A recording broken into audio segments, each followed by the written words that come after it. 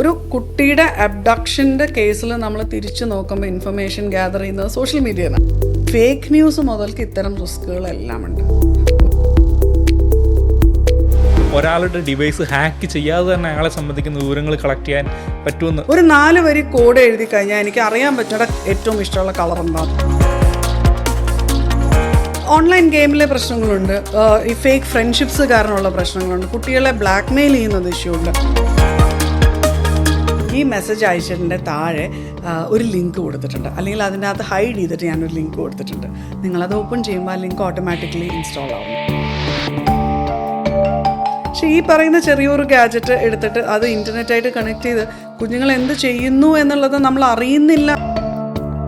അത്ര ഇല്ല എന്ന് പറഞ്ഞാലും ശരി, നമ്മൾ ആ നോക്കുന്ന ഒരൊറ്റ സെക്കൻഡ് നേരത്തേക്ക് ഒരു അബദ്ധം വന്നാൽ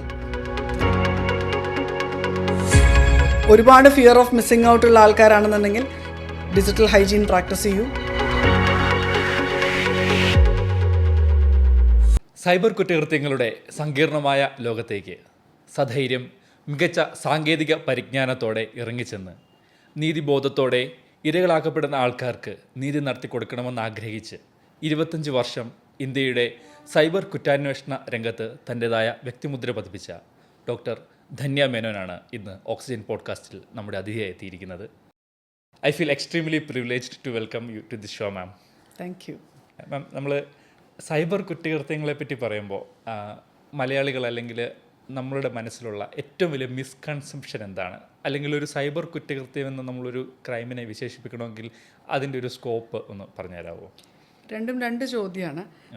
സൈബർ കുറ്റകൃത്യത്തിൻ്റെ അടിയിൽ എന്തൊക്കെ വരും എന്നുള്ളതിനെ പറ്റിയിട്ട് പൂർണ്ണമായ ധാരണ ഇന്നും ആൾക്കാർക്കില്ല. ഇപ്പോൾ 25 കൊല്ലം മുമ്പ് തുടങ്ങിയക്കാട്ടിലും ഒരുപാട് മുമ്പിലേക്ക് പോന്നിട്ടുണ്ട്. പക്ഷേ എന്നാലും പൂർണ്ണമായ ധാരണ എല്ലാവർക്കും ഇല്ല. ഇപ്പോൾ ഒരു ഇഷ്യൂ വന്നു കഴിഞ്ഞാൽ ആ ഇഷ്യൂ സൈബർ കുറ്റമായിട്ട് കൺസിഡർ ചെയ്യുമോ ഇല്ലേ എന്നുള്ളതിനെ പറ്റിയിട്ടൊരു ധാരണ പൂർണ്ണമായിട്ടും ഇല്ല. സൈബർ കുറ്റകൃത്യങ്ങളെന്ന് പറഞ്ഞിട്ട് IT ആക്ടിൽ ഡിഫൈൻ ചെയ്തിട്ടുള്ള ചില ആക്ടിവിറ്റീസ് ഉണ്ട്. പക്ഷേ ഇന്നത്തെ കാലഘട്ടത്തിൽ ഏതൊരു ക്രൈം എടുത്ത് നോക്കിയാലും അതിൽ സൈബർ ഒരു ഭാഗവാക്കാണ്. അപ്പോൾ അതുകൊണ്ട് സൈബർ എന്ന് പറയുന്ന ഒരു മേഖലയെ മാറ്റി നിർത്തിയിട്ട് നമ്മൾ ഇന്നത്തെ കാലഘട്ടത്തിൽ പ്രത്യേകിച്ചും ഒരു കുറ്റകൃത്യത്തിനെ പറ്റിയിട്ടോ അല്ലെങ്കിൽ ഒരു നിയമവ്യവസ്ഥിതിയെ പറ്റിയിട്ടോ ഒരു മനുഷ്യൻ ശരാശരി മനുഷ്യൻ ജീവിച്ചു പോകാൻ പോലും സാധ്യമല്ലാത്തൊരു കാര്യത്തിലാണ് നമ്മൾ ജീവിക്കണേ. അപ്പോൾ അത് ഒരു ചോദ്യം. രണ്ടാമത്തെ ചോദ്യം എൻ്റെ അടുത്ത് അത് ആദ്യം ചോദിച്ച ചോദ്യമാണ് മിസ്കൺസെപ്ഷൻസ് ആണ്. അതായത് തെറ്റിദ്ധാരണകൾ എന്ന് പറയുന്ന ഒരു കാര്യം. അതിലും കൂടുതൽ ഞാൻ പറയുക, സാധാരണ ആൾക്കാർക്ക്, അത് മലയാളികളെന്ന് പറഞ്ഞുകൂടാ, യൂസേഴ്സ്, സൈബർ സ്പേസിൻ്റെ യൂസേഴ്സിന് പൊതുവേ ഉള്ളൊരു ധാരണ, അപ്പുറത്തെ വീട്ടിൽ എന്ത് സംഭവിച്ചാലും എനിക്കൊന്നും സംഭവിക്കില്ല, ഞാൻ വളരെ സേഫാണ് എന്നുള്ളൊരു ധാരണ. അത് ഓപ്റ്റിമിസമാണ്. നല്ലതാണോ എന്ന് ചോദിച്ചാൽ നല്ലതാണ്. പക്ഷേ സൈബർ ലോകത്ത് അത് നമ്മളെ ഒരു ഇത്തിരി ലെസ് അലേർട്ടാക്കും. നമ്മൾ ശ്രദ്ധിക്കേണ്ട പല കാര്യങ്ങളും നമ്മൾ ശ്രദ്ധിക്കാതെ വരുന്ന ഒരു ഇഷ്യൂ വരുന്നുണ്ട് അതിനകത്ത്. അതാണ് ഫസ്റ്റ് ഒരു പ്രോബ്ലം. സെക്കൻഡ്, ഇതൊക്കെ യൂസ് ചെയ്ത് നമ്മൾ ശീലിച്ചു. ശീലം എന്ന് പറയുന്നത് നമുക്ക് എത്ര പെട്ടെന്ന് നമ്മൾ എത്രയോ അധികം ശീലത്തിലേക്ക് വന്നു ഈ ഒരു മേഖലയിൽ. അത് പഠിച്ചിട്ടല്ല എന്നുള്ളൊരു ഇഷ്യൂ ആണ് ഇതിനകത്ത് ഏറ്റവും കൂടുതലായിട്ടുള്ളത്. എനിക്ക് തോന്നുന്നത് ആദ്യം പറഞ്ഞൊരു പ്രശ്നത്തിനെക്കാട്ടിലും വലിയൊരു പ്രശ്നമാണ് അറിയാതെ നമ്മൾ കൈകാര്യം ചെയ്ത് ശീലിച്ചു പോയി എന്നുള്ളൊരു കാര്യം. അത് രണ്ടും ലോകമെമ്പാടുമുള്ളൊരു പ്രോബ്ലമാണ്. മലയാളികളുടെ പ്രത്യേകിച്ചുള്ള പ്രോബ്ലമല്ല. പക്ഷേ മലയാളികൾക്ക് കുറച്ച് കൂടുതലാണെന്ന് പറയും ഞാൻ. കാരണം ഒന്ന്, ലിറ്ററസി റേറ്റ് കൂടുതലാണ്, ആക്സസ് കൂടുതലാണ്, ഈ മേഖലയിലേക്കുള്ള ആക്സസ് കൂടുതലാണ്, വായിച്ച് ഇട്ടുള്ള കാര്യങ്ങൾ ചെയ്യാനുള്ള കാര്യങ്ങൾ. പിന്നെ അതേപോലെ ഒരു യൂണിഫോം ഏർബൻ സൊസൈറ്റിയാണ് കേരളം എന്ന് പറയുന്നത്. അല്ലാതെ മറ്റ് സ്റ്റേറ്റ്സിൽ പോകുന്ന പോലെ കുറേ റൂറൽ ഏരിയ, കുറേ ഏർബൻ ഏരിയ, കുറേ മെട്രോപോളിസ് ഒന്നും പറയുന്ന പോലത്തെ അങ്ങനെ ഒരു വലിയ ഡിമാർക്കേഷൻ ഇല്ലാത്തൊരു സ്റ്റേറ്റാണ് കേരളം. അപ്പോൾ യൂണിഫോമായിട്ട് കേരളത്തിന് ഒരു സ്വഭാവം എന്ന് പറയാം. അതൊരു സെമി ഏർബൺ അല്ലെങ്കിൽ സെമി ഏർബൺ ഒരു ലൈവ്ലിഹുഡാണുള്ളത്. അപ്പോൾ വളരെയധികം പോവർട്ടി എന്ന് പറയുന്നതില്ല. ഉള്ളവർ മുഴുവനും അഭ്യസ്ത വിദ്യരാണ്. അപ്പോൾ എന്താ വെച്ചാൽ ഈ പറയുന്ന മേഖല കൈകാര്യം ചെയ്യാൻ കുറേയും കൂടി എളുപ്പമാണ്. കൈകാര്യം ചെയ്യാൻ അവർക്ക് പഠിക്കാനും അതിലേക്ക് ശീലിക്കാനും കൂടുതൽ എളുപ്പമാണ്. നമ്മൾ ഡിജിറ്റൽ അല്ലെങ്കിൽ സൈബർ മേഖലയിലേക്ക് വളരെ വേഗം മലയാളി എന്ന് പറയുന്ന സമൂഹം പെട്ടെന്ന് എത്തിപ്പെടുകയും ചെയ്തു. അതൊരു കൃത്യമായ പരിശീലനം ലഭിക്കാതെയാണ് നമ്മൾ എത്തിച്ചേർന്നത്. ഈ രണ്ട് കാര്യങ്ങളാണ് മാം പറയുന്നത്. അപ്പോൾ എനിക്ക് പെട്ടെന്ന് തോന്നിയ ഒരു എക്സാമ്പിൾ എന്ന് പറയുന്നത്, നമ്മൾ വാഹനം ഓടിക്കാൻ വേണ്ടിയിട്ട് ഇന്ന് നമുക്ക് കറക്റ്റായിട്ടുള്ള ഡ്രൈവിംഗ് പരിശീലനത്തിന് ശേഷം ഡ്രൈവിംഗ് ടെസ്റ്റിന് ശേഷമാണ് നമുക്ക് ലൈസൻസ് തരുന്നത്. തീർച്ചയായിട്ടും.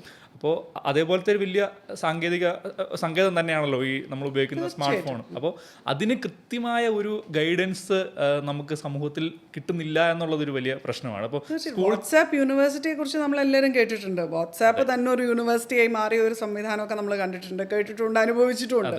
പക്ഷെ നമ്മൾ ആരെങ്കിലും എവിടെയെങ്കിലും പഠിച്ചത് ഓർക്കുന്നുണ്ടോ? ഇല്ല. ഒരു കാലഘട്ടത്തിലുള്ളവരും ഇത് പഠിച്ചിട്ടില്ല, ഇതെങ്ങനെ ഉപയോഗിക്കണം എന്നുള്ളത്. പക്ഷെ പഠിക്കാതെ തന്നെ ഒരു നേരം ഇതിലെ ഏതെങ്കിലും ഒരു ആപ്പ് ഇല്ലാതെ ജീവിക്കാൻ പറ്റുമോ എന്ന് ചിന്തിച്ചിട്ടുണ്ടോ? മൊബൈൽ ഫോൺ ഇല്ലാതെ, ഇൻ്റർനെറ്റ് ഇല്ലാതെ ഒരു ദിവസം കഴിയുമെന്നല്ല ഞാൻ ചോദിക്കുന്നത്.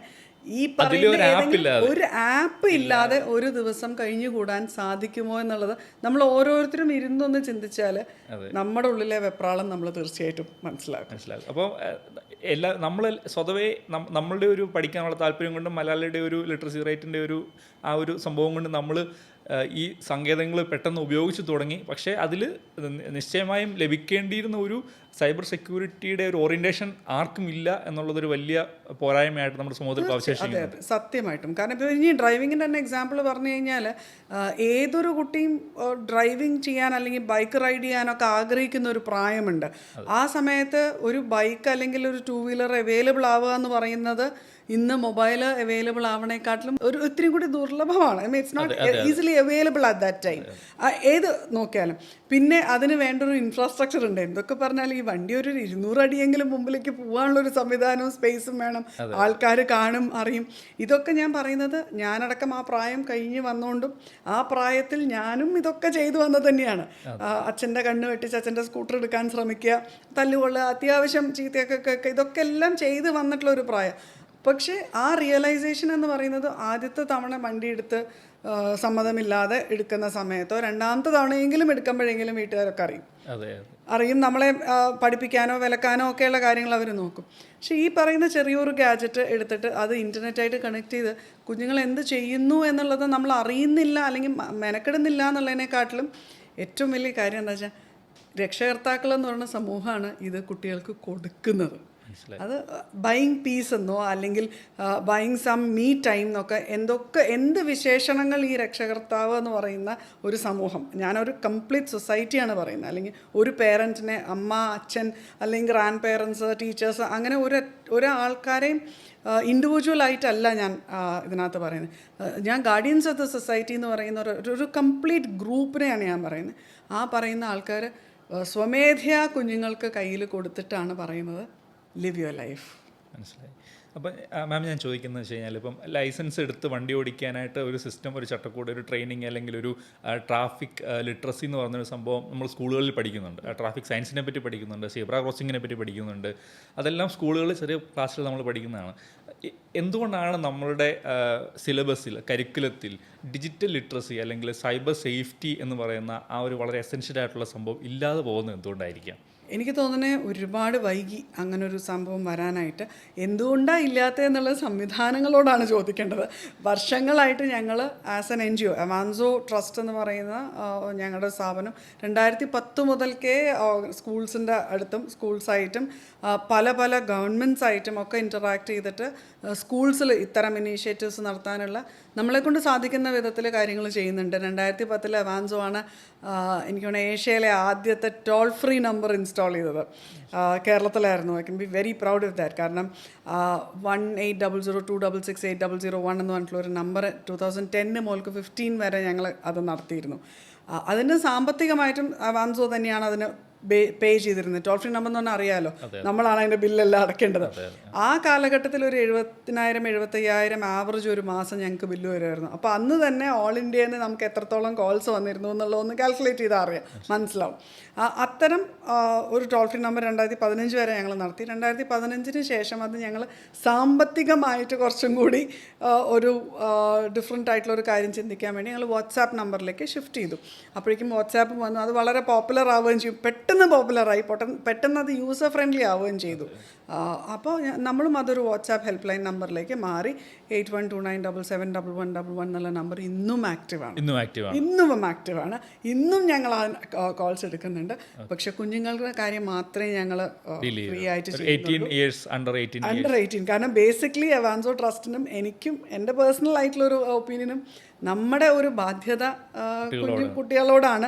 18 വയസ്സ് കഴിഞ്ഞാൽ നമ്മളെ ആര് ഭരിക്കണം എന്ന് അവർ തീരുമാനിക്കാൻ പക്വതയായാൽ പിന്നെ അവരുടെ ജീവിതത്തെ പറ്റി അവർ ചിന്തിക്കണം എന്നുള്ളതാണ് എൻ്റെ ഒരു പ്രൈവറ്റ് ആയിട്ടുള്ള ഒരു പേഴ്സണൽ ആയിട്ടൊരു ഒപ്പീനിയൻ.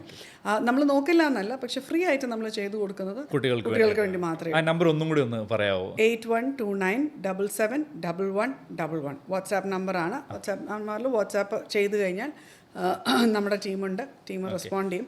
9:30 to 5:30 ആണ് എമർജൻസി റെസ്പോൺസസ് നടക്കുക. അതിനുശേഷമുള്ളത് പ്രയോറിറ്റി അനുസരിച്ച് മാത്രമേ നമ്മൾ ഡീൽ ചെയ്യുന്നുള്ളൂ. പ്രയോറിറ്റി അനുസരിച്ച് എന്ന് ഞാൻ പറയാൻ കാരണം വെച്ചാൽ പലപ്പോഴും നമുക്ക് ചിലപ്പോൾ വരിക ഞാൻ ഏത് മൊബൈലാണ് വാങ്ങിക്കേണ്ടതെന്നൊക്കെ ഒന്ന് ചോദിക്കും. അത് ഞങ്ങളോടാണ് ചോദിക്കുന്നത്. ഞങ്ങളുടെ നമ്പർ തരാം, 9020100100 വിളിച്ചു കഴിഞ്ഞാൽ ഏത് മൊബൈലാണ് വേണ്ടത്, നല്ല ഇന്റർനെറ്റ് കണക്ഷൻ, ഏത് സ്മാർട്ട് TV വാങ്ങിക്കണം എന്നൊക്കെ പറഞ്ഞാൽ നമ്മളടുത്ത് ഇതുപോലെ. എന്നിട്ട് അത് നമ്മൾ 10 മിനിറ്റിനുള്ളിൽ റിപ്ലൈ ചെയ്തില്ല എന്നൊക്കെ. അപ്പോൾ അപ്പുറത്ത് നമുക്ക് വരുന്ന കോള് ചിലപ്പോൾ ഒരു കുഞ്ഞ് പറയുന്നത് എനിക്ക് ഇത് ഇപ്പോൾ ധന്യ മാഡത്തിനോട് ഇപ്പോൾ സംസാരിച്ചില്ലെങ്കിൽ ഞാൻ ഇപ്പോൾ സൂയിസൈഡ് ചെയ്യും അല്ലെങ്കിൽ ഇറങ്ങിപ്പോകുന്നൊക്കെ പറഞ്ഞിട്ടാണ് നമുക്ക് കോൾസ് വരിക. അപ്പോൾ എന്തായാലും നമുക്കും നമ്മുടെ ഓഫീസിനകത്ത് റെഡ്, ബ്ലൂ, ഗ്രീൻ, യെല്ലോ എന്ന് പറഞ്ഞിട്ടുള്ളൊരു പ്രയോറിറ്റി ചാർട്ടുണ്ട്. ആ ചാർട്ട് അനുസരിച്ചിട്ട് നമ്മൾ റെസ്പോണ്ട് ചെയ്യുള്ളൂ. Kids first പ്രയോറിറ്റിയാണ്. കിഡ്സിൽ തന്നെ ഇഷ്യൂ ബേസ്ഡ് ആയിട്ടുള്ള കാര്യങ്ങളുണ്ട്. അപ്പോൾ ഇത് പറഞ്ഞതുകൊണ്ട് ഞാൻ ചോദിക്കുകയാണ്, കുട്ടികൾ ഫേസ് ചെയ്യുന്ന സൈബർ അറ്റാക്സ് എന്തൊക്കെയാണ്? അയ്യോ, അങ്ങനെയൊക്കെ ചോദിച്ചാൽ ഞാൻ വേണമെങ്കിൽ ഇത് എത്ര നേരമുണ്ട് ഈ പോഡ്കാസ്റ്റ് ഒന്ന് ചോദിക്കേണ്ടി വരും. കുട്ടികൾ ഫേസ് ചെയ്യുന്ന ഇഷ്യൂസ് ഒരു സിവിയറിറ്റി ഏറ്റവും കൂടിയത് മുതൽ നമുക്ക് അങ്ങനെ ഒരു സിവിയറിറ്റി എന്ന് പറയുന്ന ഒരു കാര്യം കുഞ്ഞുങ്ങളെ സംബന്ധിച്ചോളം എനിക്ക് ടാഗ് ചെയ്യാൻ ഭയങ്കര ബുദ്ധിമുട്ടാണ്. കാരണം എത്ര ചെറിയൊരു കാര്യമാണെങ്കിലും ആ കുട്ടിയുടെ ലൈഫ് ലോങ് ആ ഒരു സ്റ്റിഗ്മയും കിടക്കും, സ്കാറും കിടക്കും. നമ്മൾ ഈ പറയുന്ന പോലെ ഒരു ലീഗൽ റിക്കോഴ്സ് എന്ന് പറയുന്നത് ഇന്ത്യയിലെ ലീഗൽ സിസ്റ്റം ഇത്തിരി സ്ലോ ആണ്.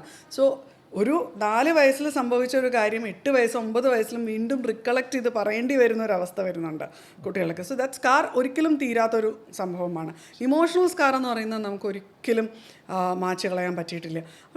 അതുകൊണ്ട് തന്നെ എനിക്ക് അത്ര വലിയ സിറ്റുവേഷൻ ആണോ ചെറിയ സിറ്റുവേഷൻ ആണോ എന്ന് കുട്ടികളുടെ കാര്യത്തിൽ പറയാൻ വലിയ ബുദ്ധിമുട്ടാണ്.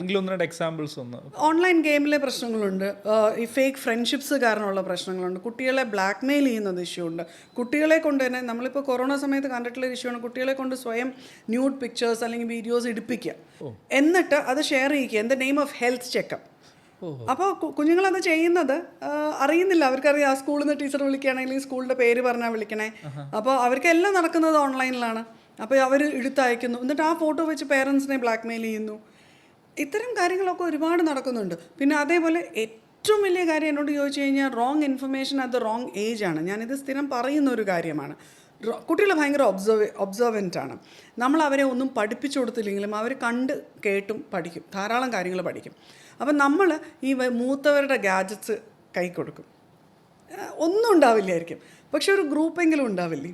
ഈ പേരൻറ്റിന് ഒരു ഗ്രൂപ്പ് ഉണ്ടാവും, അത് 18+ ഗ്രൂപ്പാണെന്നുണ്ടെങ്കിൽ കുഞ്ഞുങ്ങൾ മൊബൈൽ കയ്യിലിരിക്കുന്ന സമയത്താണ് അങ്ങനെ ഒരു പോസ്റ്റ് വന്നേ.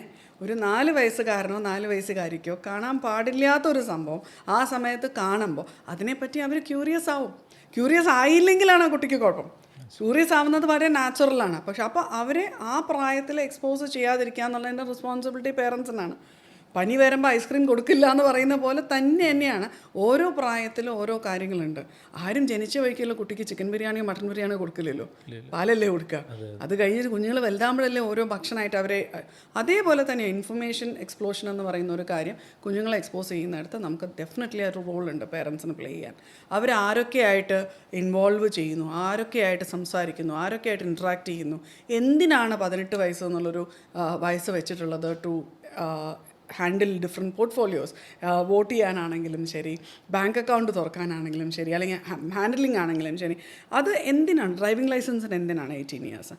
അതൊരു ഏജ് ഞാനോ നിങ്ങളോ ഫിക്സ് ചെയ്തതല്ല, പലവരും റിസർച്ച് ചെയ്ത് പറഞ്ഞിട്ടുള്ള. പല കൺട്രീസും വ്യത്യാസമുണ്ട്. ചില കൺട്രീസിൽ 13 വയസ്സാണ്, ചില കൺട്രീസിൽ 16 ചില കൺട്രീസിൽ ഗേൾസിന് ഒരു ഏജും ബോയ്സിന് ഒരു ഏജുമാണ്. അത്തരം റീജിയണൽ ഡിഫറൻസ് അല്ലെങ്കിൽ കൾച്ചറൽ ഡിഫറൻസസ് ഉണ്ട്. But if you are living in A land, ആ ലാൻഡിൻ്റെ ലോ നമ്മൾ പാലിച്ചേ പറ്റൂ. അങ്ങനെ നോക്കുമ്പോൾ ഇന്ത്യയിൽ 18ആണ്. അപ്പോൾ ആ 18 വയസ്സ് വരെ ചില കുട്ടികൾക്ക് ചില കാര്യങ്ങൾക്ക് സമ്മതമില്ല എന്ന് പറഞ്ഞാൽ സമ്മതമില്ല എന്ന് തന്നെയാണ്. ആ ഇൻഫർമേഷൻ നമ്മൾ അതേ പ്രായത്തിൽ നമ്മൾ കുട്ടികൾ നമ്മുടെ അടുത്ത് ആർഗ്യൂ ചെയ്യും. ഇപ്പോൾ എൻ്റെ മക്കൾ എൻ്റെ അടുത്ത് ചോദിച്ചിട്ടുണ്ട്, 4ാം ക്ലാസ്സിലും 5ാം ക്ലാസ്സിലും പഠിക്കുമ്പോൾ എൻ്റെ അടുത്ത് വന്ന് ചോദിച്ചു, ഞാൻ സ്ഥിരം 5ഉം 8ഉം മൊബൈലും ലാപ്ടോപ്പും കൊണ്ട് ജോലി എടുക്കുന്ന ഒരാളാണ്, അവരുടെ കയ്യിൽ നിന്ന് ഇതൊന്നും യൂസ് ചെയ്യാൻ പാടില്ല, എടുത്ത് മാറ്റി വയ്ക്കുമെന്ന് പറയുമ്പോൾ അമ്മ ചെയ്യുന്നില്ലേ എന്ന് ചോദിക്കുന്നതാണ് എൻ്റെ അടുത്ത്. ഒറ്റ കാര്യം ഞാൻ പറയുന്നുള്ളൂ, ഞാൻ ചെയ്യുന്ന എല്ലാ കാര്യവും ചെയ്യണം. ഞാൻ എഴുതുന്ന പരീക്ഷകളെല്ലാം എഴുതണം. അപ്പം തന്നെ പൊക്കോളും പകുതി കുട്ടികൾ. പരീക്ഷ എന്നൊരു വാക്ക് വേണ്ടിയാൽ പോകും. ഞാൻ പോയിട്ടുണ്ടെന്നേ, പരീക്ഷ ഇഷ്ടമല്ലായിരുന്നു. അപ്പോൾ എൻ്റെ മക്കൾക്കും ഇഷ്ടാവില്ല എന്നുള്ളത് നാച്ചുറൽ ആയിട്ടുള്ളൊരു കാര്യം. അപ്പോൾ പരീക്ഷ ഞാൻ എഴുതുന്ന എല്ലാ പരീക്ഷയും എഴുതണം എന്ന് പറഞ്ഞാൽ 3/4 പിള്ളേർ പോകും. ഞാൻ അടയ്ക്കണ എല്ലാ ബില്ലും അടയ്ക്കണം എന്ന് പറഞ്ഞാലും പൊക്കോളും. ഏതൊരു ഏജിലാണ് മാമിൻ്റെ ഒരു എക്സ്പീരിയൻസ് വെച്ചിട്ട്, ഇത്രയും ഇൻറ്റൻസീവ് ആയിട്ടുള്ള കേസുകൾ ഡീൽ ചെയ്ത ഒരു എക്സ്പീരിയൻസ് വെച്ചിട്ട്, ഒരു കുട്ടിക്ക്, ആൺകുട്ടിയായാലും പെൺകുട്ടിയായാലും, ഏത് ഏജിൽ നമുക്കൊരു ഇൻ്റർനെറ്റ് കണക്ട് ചെയ്യുന്ന ഒരു സ്മാർട്ട് ഫോൺ കൊടുക്കാൻ പറ്റും? അതിപ്പോൾ എൻ്റെ ഒരു എക്സ്പീരിയൻസ് പറയേണ്ട കാര്യമില്ല. നമ്മൾ കുറച്ച് കാലം മുമ്പ് മുതൽക്ക് paediatric society, international paediatric society 3+3+3 എന്നുള്ള റൂൾ കൊണ്ടുവന്നിട്ടുണ്ട്. 3 വയസ്സ് വരെ നോ ഡിജിറ്റൽ സ്പേസ്. 3 വയസ്സ് മുതൽക്ക് 6 വയസ്സ് വരെ 15 മിനിറ്റിനുള്ള വീഡിയോസ് മാത്രം, നോ ഇൻ്റർനെറ്റ്. 6 വയസ്സ് മുതൽക്ക് 9 വയസ്സ് വരെ 15 മിനിറ്റിൻ്റെ 2 ബ്രേക്സാണ് പറഞ്ഞിട്ടുള്ളത്. 9 വയസ്സ് മുതൽക്ക് 13 വയസ്സ് വരേക്കും 12 വയസ്സ് വരേക്കും അവർ പറയണത് 15 മിനിറ്റിൻ്റെ 3 ബ്രേക്കാണ്. Internet exposure only after 13th age മുതൽക്ക് ഇൻ്റർനെറ്റ് എക്സ്പോഷർ കൊടുക്കാൻ പാടുള്ളൂ. അപ്പോഴും total digital space exposure is only 1 hour. നടക്കുമോ നമ്മുടെ നാട്ടിൽ? ആവറേജ് ഒരു ചൈൽഡിൻ്റെ സ്ക്രീൻ ടൈം എന്ന് പറഞ്ഞു കഴിഞ്ഞാൽ 6.5 hours. കാരണം പേരൻസിനോട് വരെയും സംസാരിക്കുമ്പോൾ എൻ്റെ കുട്ടി കളിക്കൊന്നുമില്ല, എൻ്റെ കുട്ടി 1/2 മണിക്കൂറേ കളിക്കുള്ളൂ. We are talking about the screen time. We are not talking about the games alone. We are talking about the screen time. വായിക്കാൻ ഉപയോഗിക്കുന്നതും സ്ക്രീൻ ടൈമാണ്. പുസ്തകമല്ലാതെ നിങ്ങൾ ഡിജിറ്റൽ സ്പേസിൽ സ്പെൻഡ് ചെയ്യുന്ന ഓരോ സെക്കൻഡും സ്ക്രീൻ ടൈമാണ്. സോ നിങ്ങൾ കളിക്കുന്ന ഒരു സമയം മാത്രം, അല്ലെങ്കിൽ മ്യൂസിക് കേൾക്കുന്ന ഒരു സമയം മാത്രം, അല്ലെങ്കിൽ സോഷ്യൽ മീഡിയയിൽ സ്പെൻഡ് ചെയ്യുന്ന ടൈം മാത്രമല്ല അത്. ആൻഡ് ഒരു 13 to ആവറേജ്, ഒരു മിഡ് ഏജ് എന്ന് പറയുന്ന ഒരു ലെവലിലെ കുട്ടി എന്ന് പറയുന്ന കുട്ടിയുടെ ഒരു ആവറേജ് സ്ക്രീൻ ടൈം 12 hours ആണ്. ഞാൻ പറയുന്ന അല്ല കേട്ടോ, സ്റ്റാറ്റിസ്റ്റിക്സ് പറയുന്നതാണ്. 10 to 12 hours ആണ്. ഒരു ദിവസത്തിൽ 24 മണിക്കൂറേ എനിക്കും നിങ്ങൾക്കും അവർക്കും ഒക്കെ ഉള്ളൂ. അതിൽ 11-12 മണിക്കൂർ ഇവർ സ്ക്രീൻ ടൈം സ്പെൻഡ് ചെയ്യുകയാണെങ്കിൽ ബാക്കി എന്താണ് അവർക്ക് ചെയ്യാൻ സമയമുള്ളത്? എന്താണ് സമയമുള്ളത്? പിന്നെ അവർ പ്രൊഡക്റ്റീവ് ആവുന്നില്ല, അവരുടെ ഫോക്കസ് ടൈം കുറയുന്നു, അവർക്ക് ഫിസിക്കലി ഇഷ്യൂസ് വരുന്നു എന്നൊക്കെ പറയുന്നതിൽ എന്താ അതിനകത്തൊരു പറയുന്നിട്ട് അവരെ കുറ്റം പറയുന്നതിൽ എന്താ കാര്യമുള്ളേ എന്നുള്ളതാണ് എൻ്റെ ചോദ്യം. അപ്പോൾ ഞാൻ ചോദിക്കുന്നത്, ഇപ്പം എല്ലാവരുടെയും വീട്ടിൽ മൾട്ടിപ്പിൾ ഫോൺസ് ഉണ്ട്. അപ്പോൾ എനിക്ക് തന്നെ 2-3 ഫോണുണ്ട്. അപ്പം ഞാൻ കുറച്ച് നാൾ കഴിയുമ്പോൾ എൻ്റെ മോൻ വലുതാകുമ്പോൾ ഒരു ഫോൺ യൂഷ്വലി ഞാൻ കൊടുക്കാതെ കുട്ടിയുടെ കയ്യിലേക്ക് എത്തുന്നു. അങ്ങനെയൊക്കെ ആയിരിക്കാം ഒരാൾക്ക് ആദ്യത്തെ ഫോണൊക്കെ ചിലപ്പോൾ കിട്ടുന്നത്. അപ്പോൾ അന്ന് മുതൽ അയാൾ ഇൻ്റർനെറ്റുമായിട്ട് കണക്റ്റായി മുമ്പോട്ട് പോവുകയാണ്. അപ്പോൾ അങ്ങനത്തെ ഒരു കാര്യം വളരെ സ്ട്രിക്റ്റ് ആയിട്ട് ഒഴിവാക്കി ഒരു പർട്ടിക്കുലർ ഏജിൽ, നമുക്കൊരു 15 years നമുക്ക് പറയാം, ഒരു 15 വയസ്സിൽ നമുക്ക് ഇൻ്റർനെറ്റുള്ള ഒരു സ്മാർട്ട് ഫോൺ കുട്ടിക്ക് കൊടുത്താൽ 13 years above is ideal to give them a phone. പക്ഷേ അതിനുള്ളിൽ ആ ഒരു റെസ്പോൺസിബിലിറ്റി ആ കുട്ടിക്കും വരണം. അത് പേരൻസും ഡിസൈഡ് ചെയ്യണം, കുട്ടികളും ഇരുന്ന് സംസാരിക്കണം. സൈക്കിള് ചവിട്ടാൻ ഞാൻ 3 വയസ്സിൽ ചവിട്ടിയെന്ന് വിചാരിച്ചിട്ട് എൻ്റെ അനിയത്തി എന്നെ 3 വയസ്സിൽ ചവിട്ടിക്കൊള്ളണം നിർബന്ധമില്ലല്ലോ. എൻ്റെ മക്കൾ 3 വയസ്സിൽ ചവിട്ടിക്കൊള്ളണം. ചിലപ്പോൾ എൻ്റെ മകൻ, ആ കുട്ടി 2 വയസ്സിൽ ചവിട്ടിയിട്ടുണ്ടാവും. സോ ഓരോ കുട്ടിയുടെയും ഗ്രോത്ത് പാറ്റേണും വ്യത്യാസമാണ്. സോ ഇത് വെരി റിലേറ്റീവ് ആയിട്ടുള്ളൊരു സബ്ജക്റ്റാണ്. പക്ഷേ ഐഡിയലി 13 years കഴിഞ്ഞാൽ they can be expose to internet എന്നുള്ളതാണ് പീഡിയാട്രിക് സൊസൈറ്റി അടക്കം പറയുന്നത്. ഒരു ജനറലൈസ് ചെയ്തിട്ടുള്ള ഒരു 13 വയസ്സ് കഴിഞ്ഞ ഒരു കുട്ടിക്ക് നമുക്കൊരു ഇൻ്റർനെറ്റുള്ള സ്മാർട്ട് ഫോൺ കൊടുക്കുന്നതിൽ തെറ്റില്ല, പ്രൊവൈഡഡ് അവർക്ക് വേണ്ടതായിട്ടുള്ള എല്ലാ ഗൈഡൻസും കൊടുത്ത് അവരുമായിട്ട് മോണിറ്ററിങ് വേണം. അപ്പോഴും നല്ല സ്ട്രിക്റ്റ് മോണിറ്ററിങ് വേണം. ഇഫ് യു ആസ്ക് മീ, വളരെ അധികം അവരെ മെൻറ്റർഷിപ്പ് വേണ്ട ഒരു പ്രായം തന്നെയാണ്. കാരണം ഞാൻ എപ്പോഴും പേരൻസിൻ്റെ അടുത്ത് അല്ലെങ്കിൽ മുതിർന്നവരുടെ അടുത്ത് ഞാൻ സംസാരിക്കുമ്പോൾ ചോദിക്കുന്ന ഒരു കാര്യമാണ്, അവരിങ്ങനെ ഇരിക്കും അതിൻ്റെ മുകളിൽ എത്ര നേരം പോകണമെന്ന് അവർക്ക് അറിയണില്ല എന്ന് ചോദിക്കും. ഞാൻ എൻ്റെ പിയേഴ്സിൻ്റെ അടുത്ത് തന്നെ ചോദിക്കുന്ന ഒരു കാര്യം, അടുപ്പത്ത് പാലിരിക്കുന്നില്ല, വീട്ടിലാരും ഇല്ല എന്നുണ്ടെങ്കിൽ നിങ്ങൾ എത്ര നേരം ഇരിക്കും? സീരിയസ്ലി, നമുക്ക് റെസ്പോൺസിബിലിറ്റി ഇല്ലെങ്കിൽ നമ്മളിരിക്കും, പിന്നെ കുഞ്ഞുങ്ങളിരിക്കില്ലേ? അവർക്ക് റെസ്പോൺസിബിലിറ്റി ഇല്ലല്ലോ. റെസ്പോൺസിബിലിറ്റി വന്നാൽ അവർ അഡൽട്ടായില്ലേ? ഹ്യൂമൻ ബീങ്സ് പ്ലസ് റെസ്പോൺസിബിലിറ്റി അഡൽട്ടായി. അപ്പോൾ പിന്നെ എന്താ, അവർക്ക് റെസ്പോൺസിബിലിറ്റി ഇല്ല, അവരിരിക്കും. അവർക്ക് പിന്നെ ഉത്തരവാദിത്തം എന്താ, പഠിക്കുക എന്നുള്ളത്. അത് എനിക്കും നിങ്ങൾക്കൊന്നും ഇഷ്ടമല്ലായിരുന്നു ആ പ്രായത്തിൽ, അവർക്കും ഇഷ്ടമല്ല. അവർക്കും ചെയ്യാൻ ലാസ്റ്റ് എന്തൊക്കെ ചെയ്യാൻ പറ്റുമോ പഠിക്കാണ്ടിരിക്കാൻ എല്ലാം ചെയ്യും. എൻ്റെ കാലഘട്ടത്തിൽ TV ആയിരുന്നു വില്ലൻ. നിങ്ങളുടെയൊക്കെ കാലഘട്ടത്തിൽ വരയ്ക്കുമ്പോഴേക്കും അത് കമ്പ്യൂട്ടറെങ്കിലും ആയിട്ടുണ്ടാവും. ഇപ്പോൾ സൈലൻ്റ് ആയിട്ട് സ്മാർട്ട് ഫോണാണ്. പലപ്പോഴും അവരുടെ ബെഡ്റൂമിനകത്ത് ലേറ്റ് നൈറ്റായിട്ട് ബ്ലാങ്കറ്റിൻ്റെ അടിയിൽ പലപ്പോഴും നമ്മൾ കാണുന്ന ഒരു കാര്യമാണ്, അവർ പാട്ട് കേട്ട് കിടന്നുറങ്ങുന്നു. പക്ഷേ ഇത് തൊട്ടടുത്താണ് ഇരിക്കുന്നുണ്ടാവുക. ടെൻഡൻസി പാട്ട് കേട്ട് കിടന്നുറങ്ങുകയാണെങ്കിലും ഉണരുമ്പോൾ ഇത് നോക്കാനുള്ള ഒരു ടെൻഡൻസി, വീണ്ടും ഉറക്കത്തിലേക്ക് പോകാനുള്ള ടൈം ലാഗ് വരുന്ന ഒരു ടെൻഡൻസി, ഇതെല്ലാം ഒബ്സർവ് ചെയ്ത് സ്റ്റഡി ചെയ്തിട്ടാണ് അവർ പറയുന്നത്. ഞാൻ കേസുകൾ മാത്രമാണ് നോക്കുന്നത്, അതിൽ വരുന്ന ഒരു എക്സ്പീരിയൻസ് മാത്രമേ ഉള്ളൂ.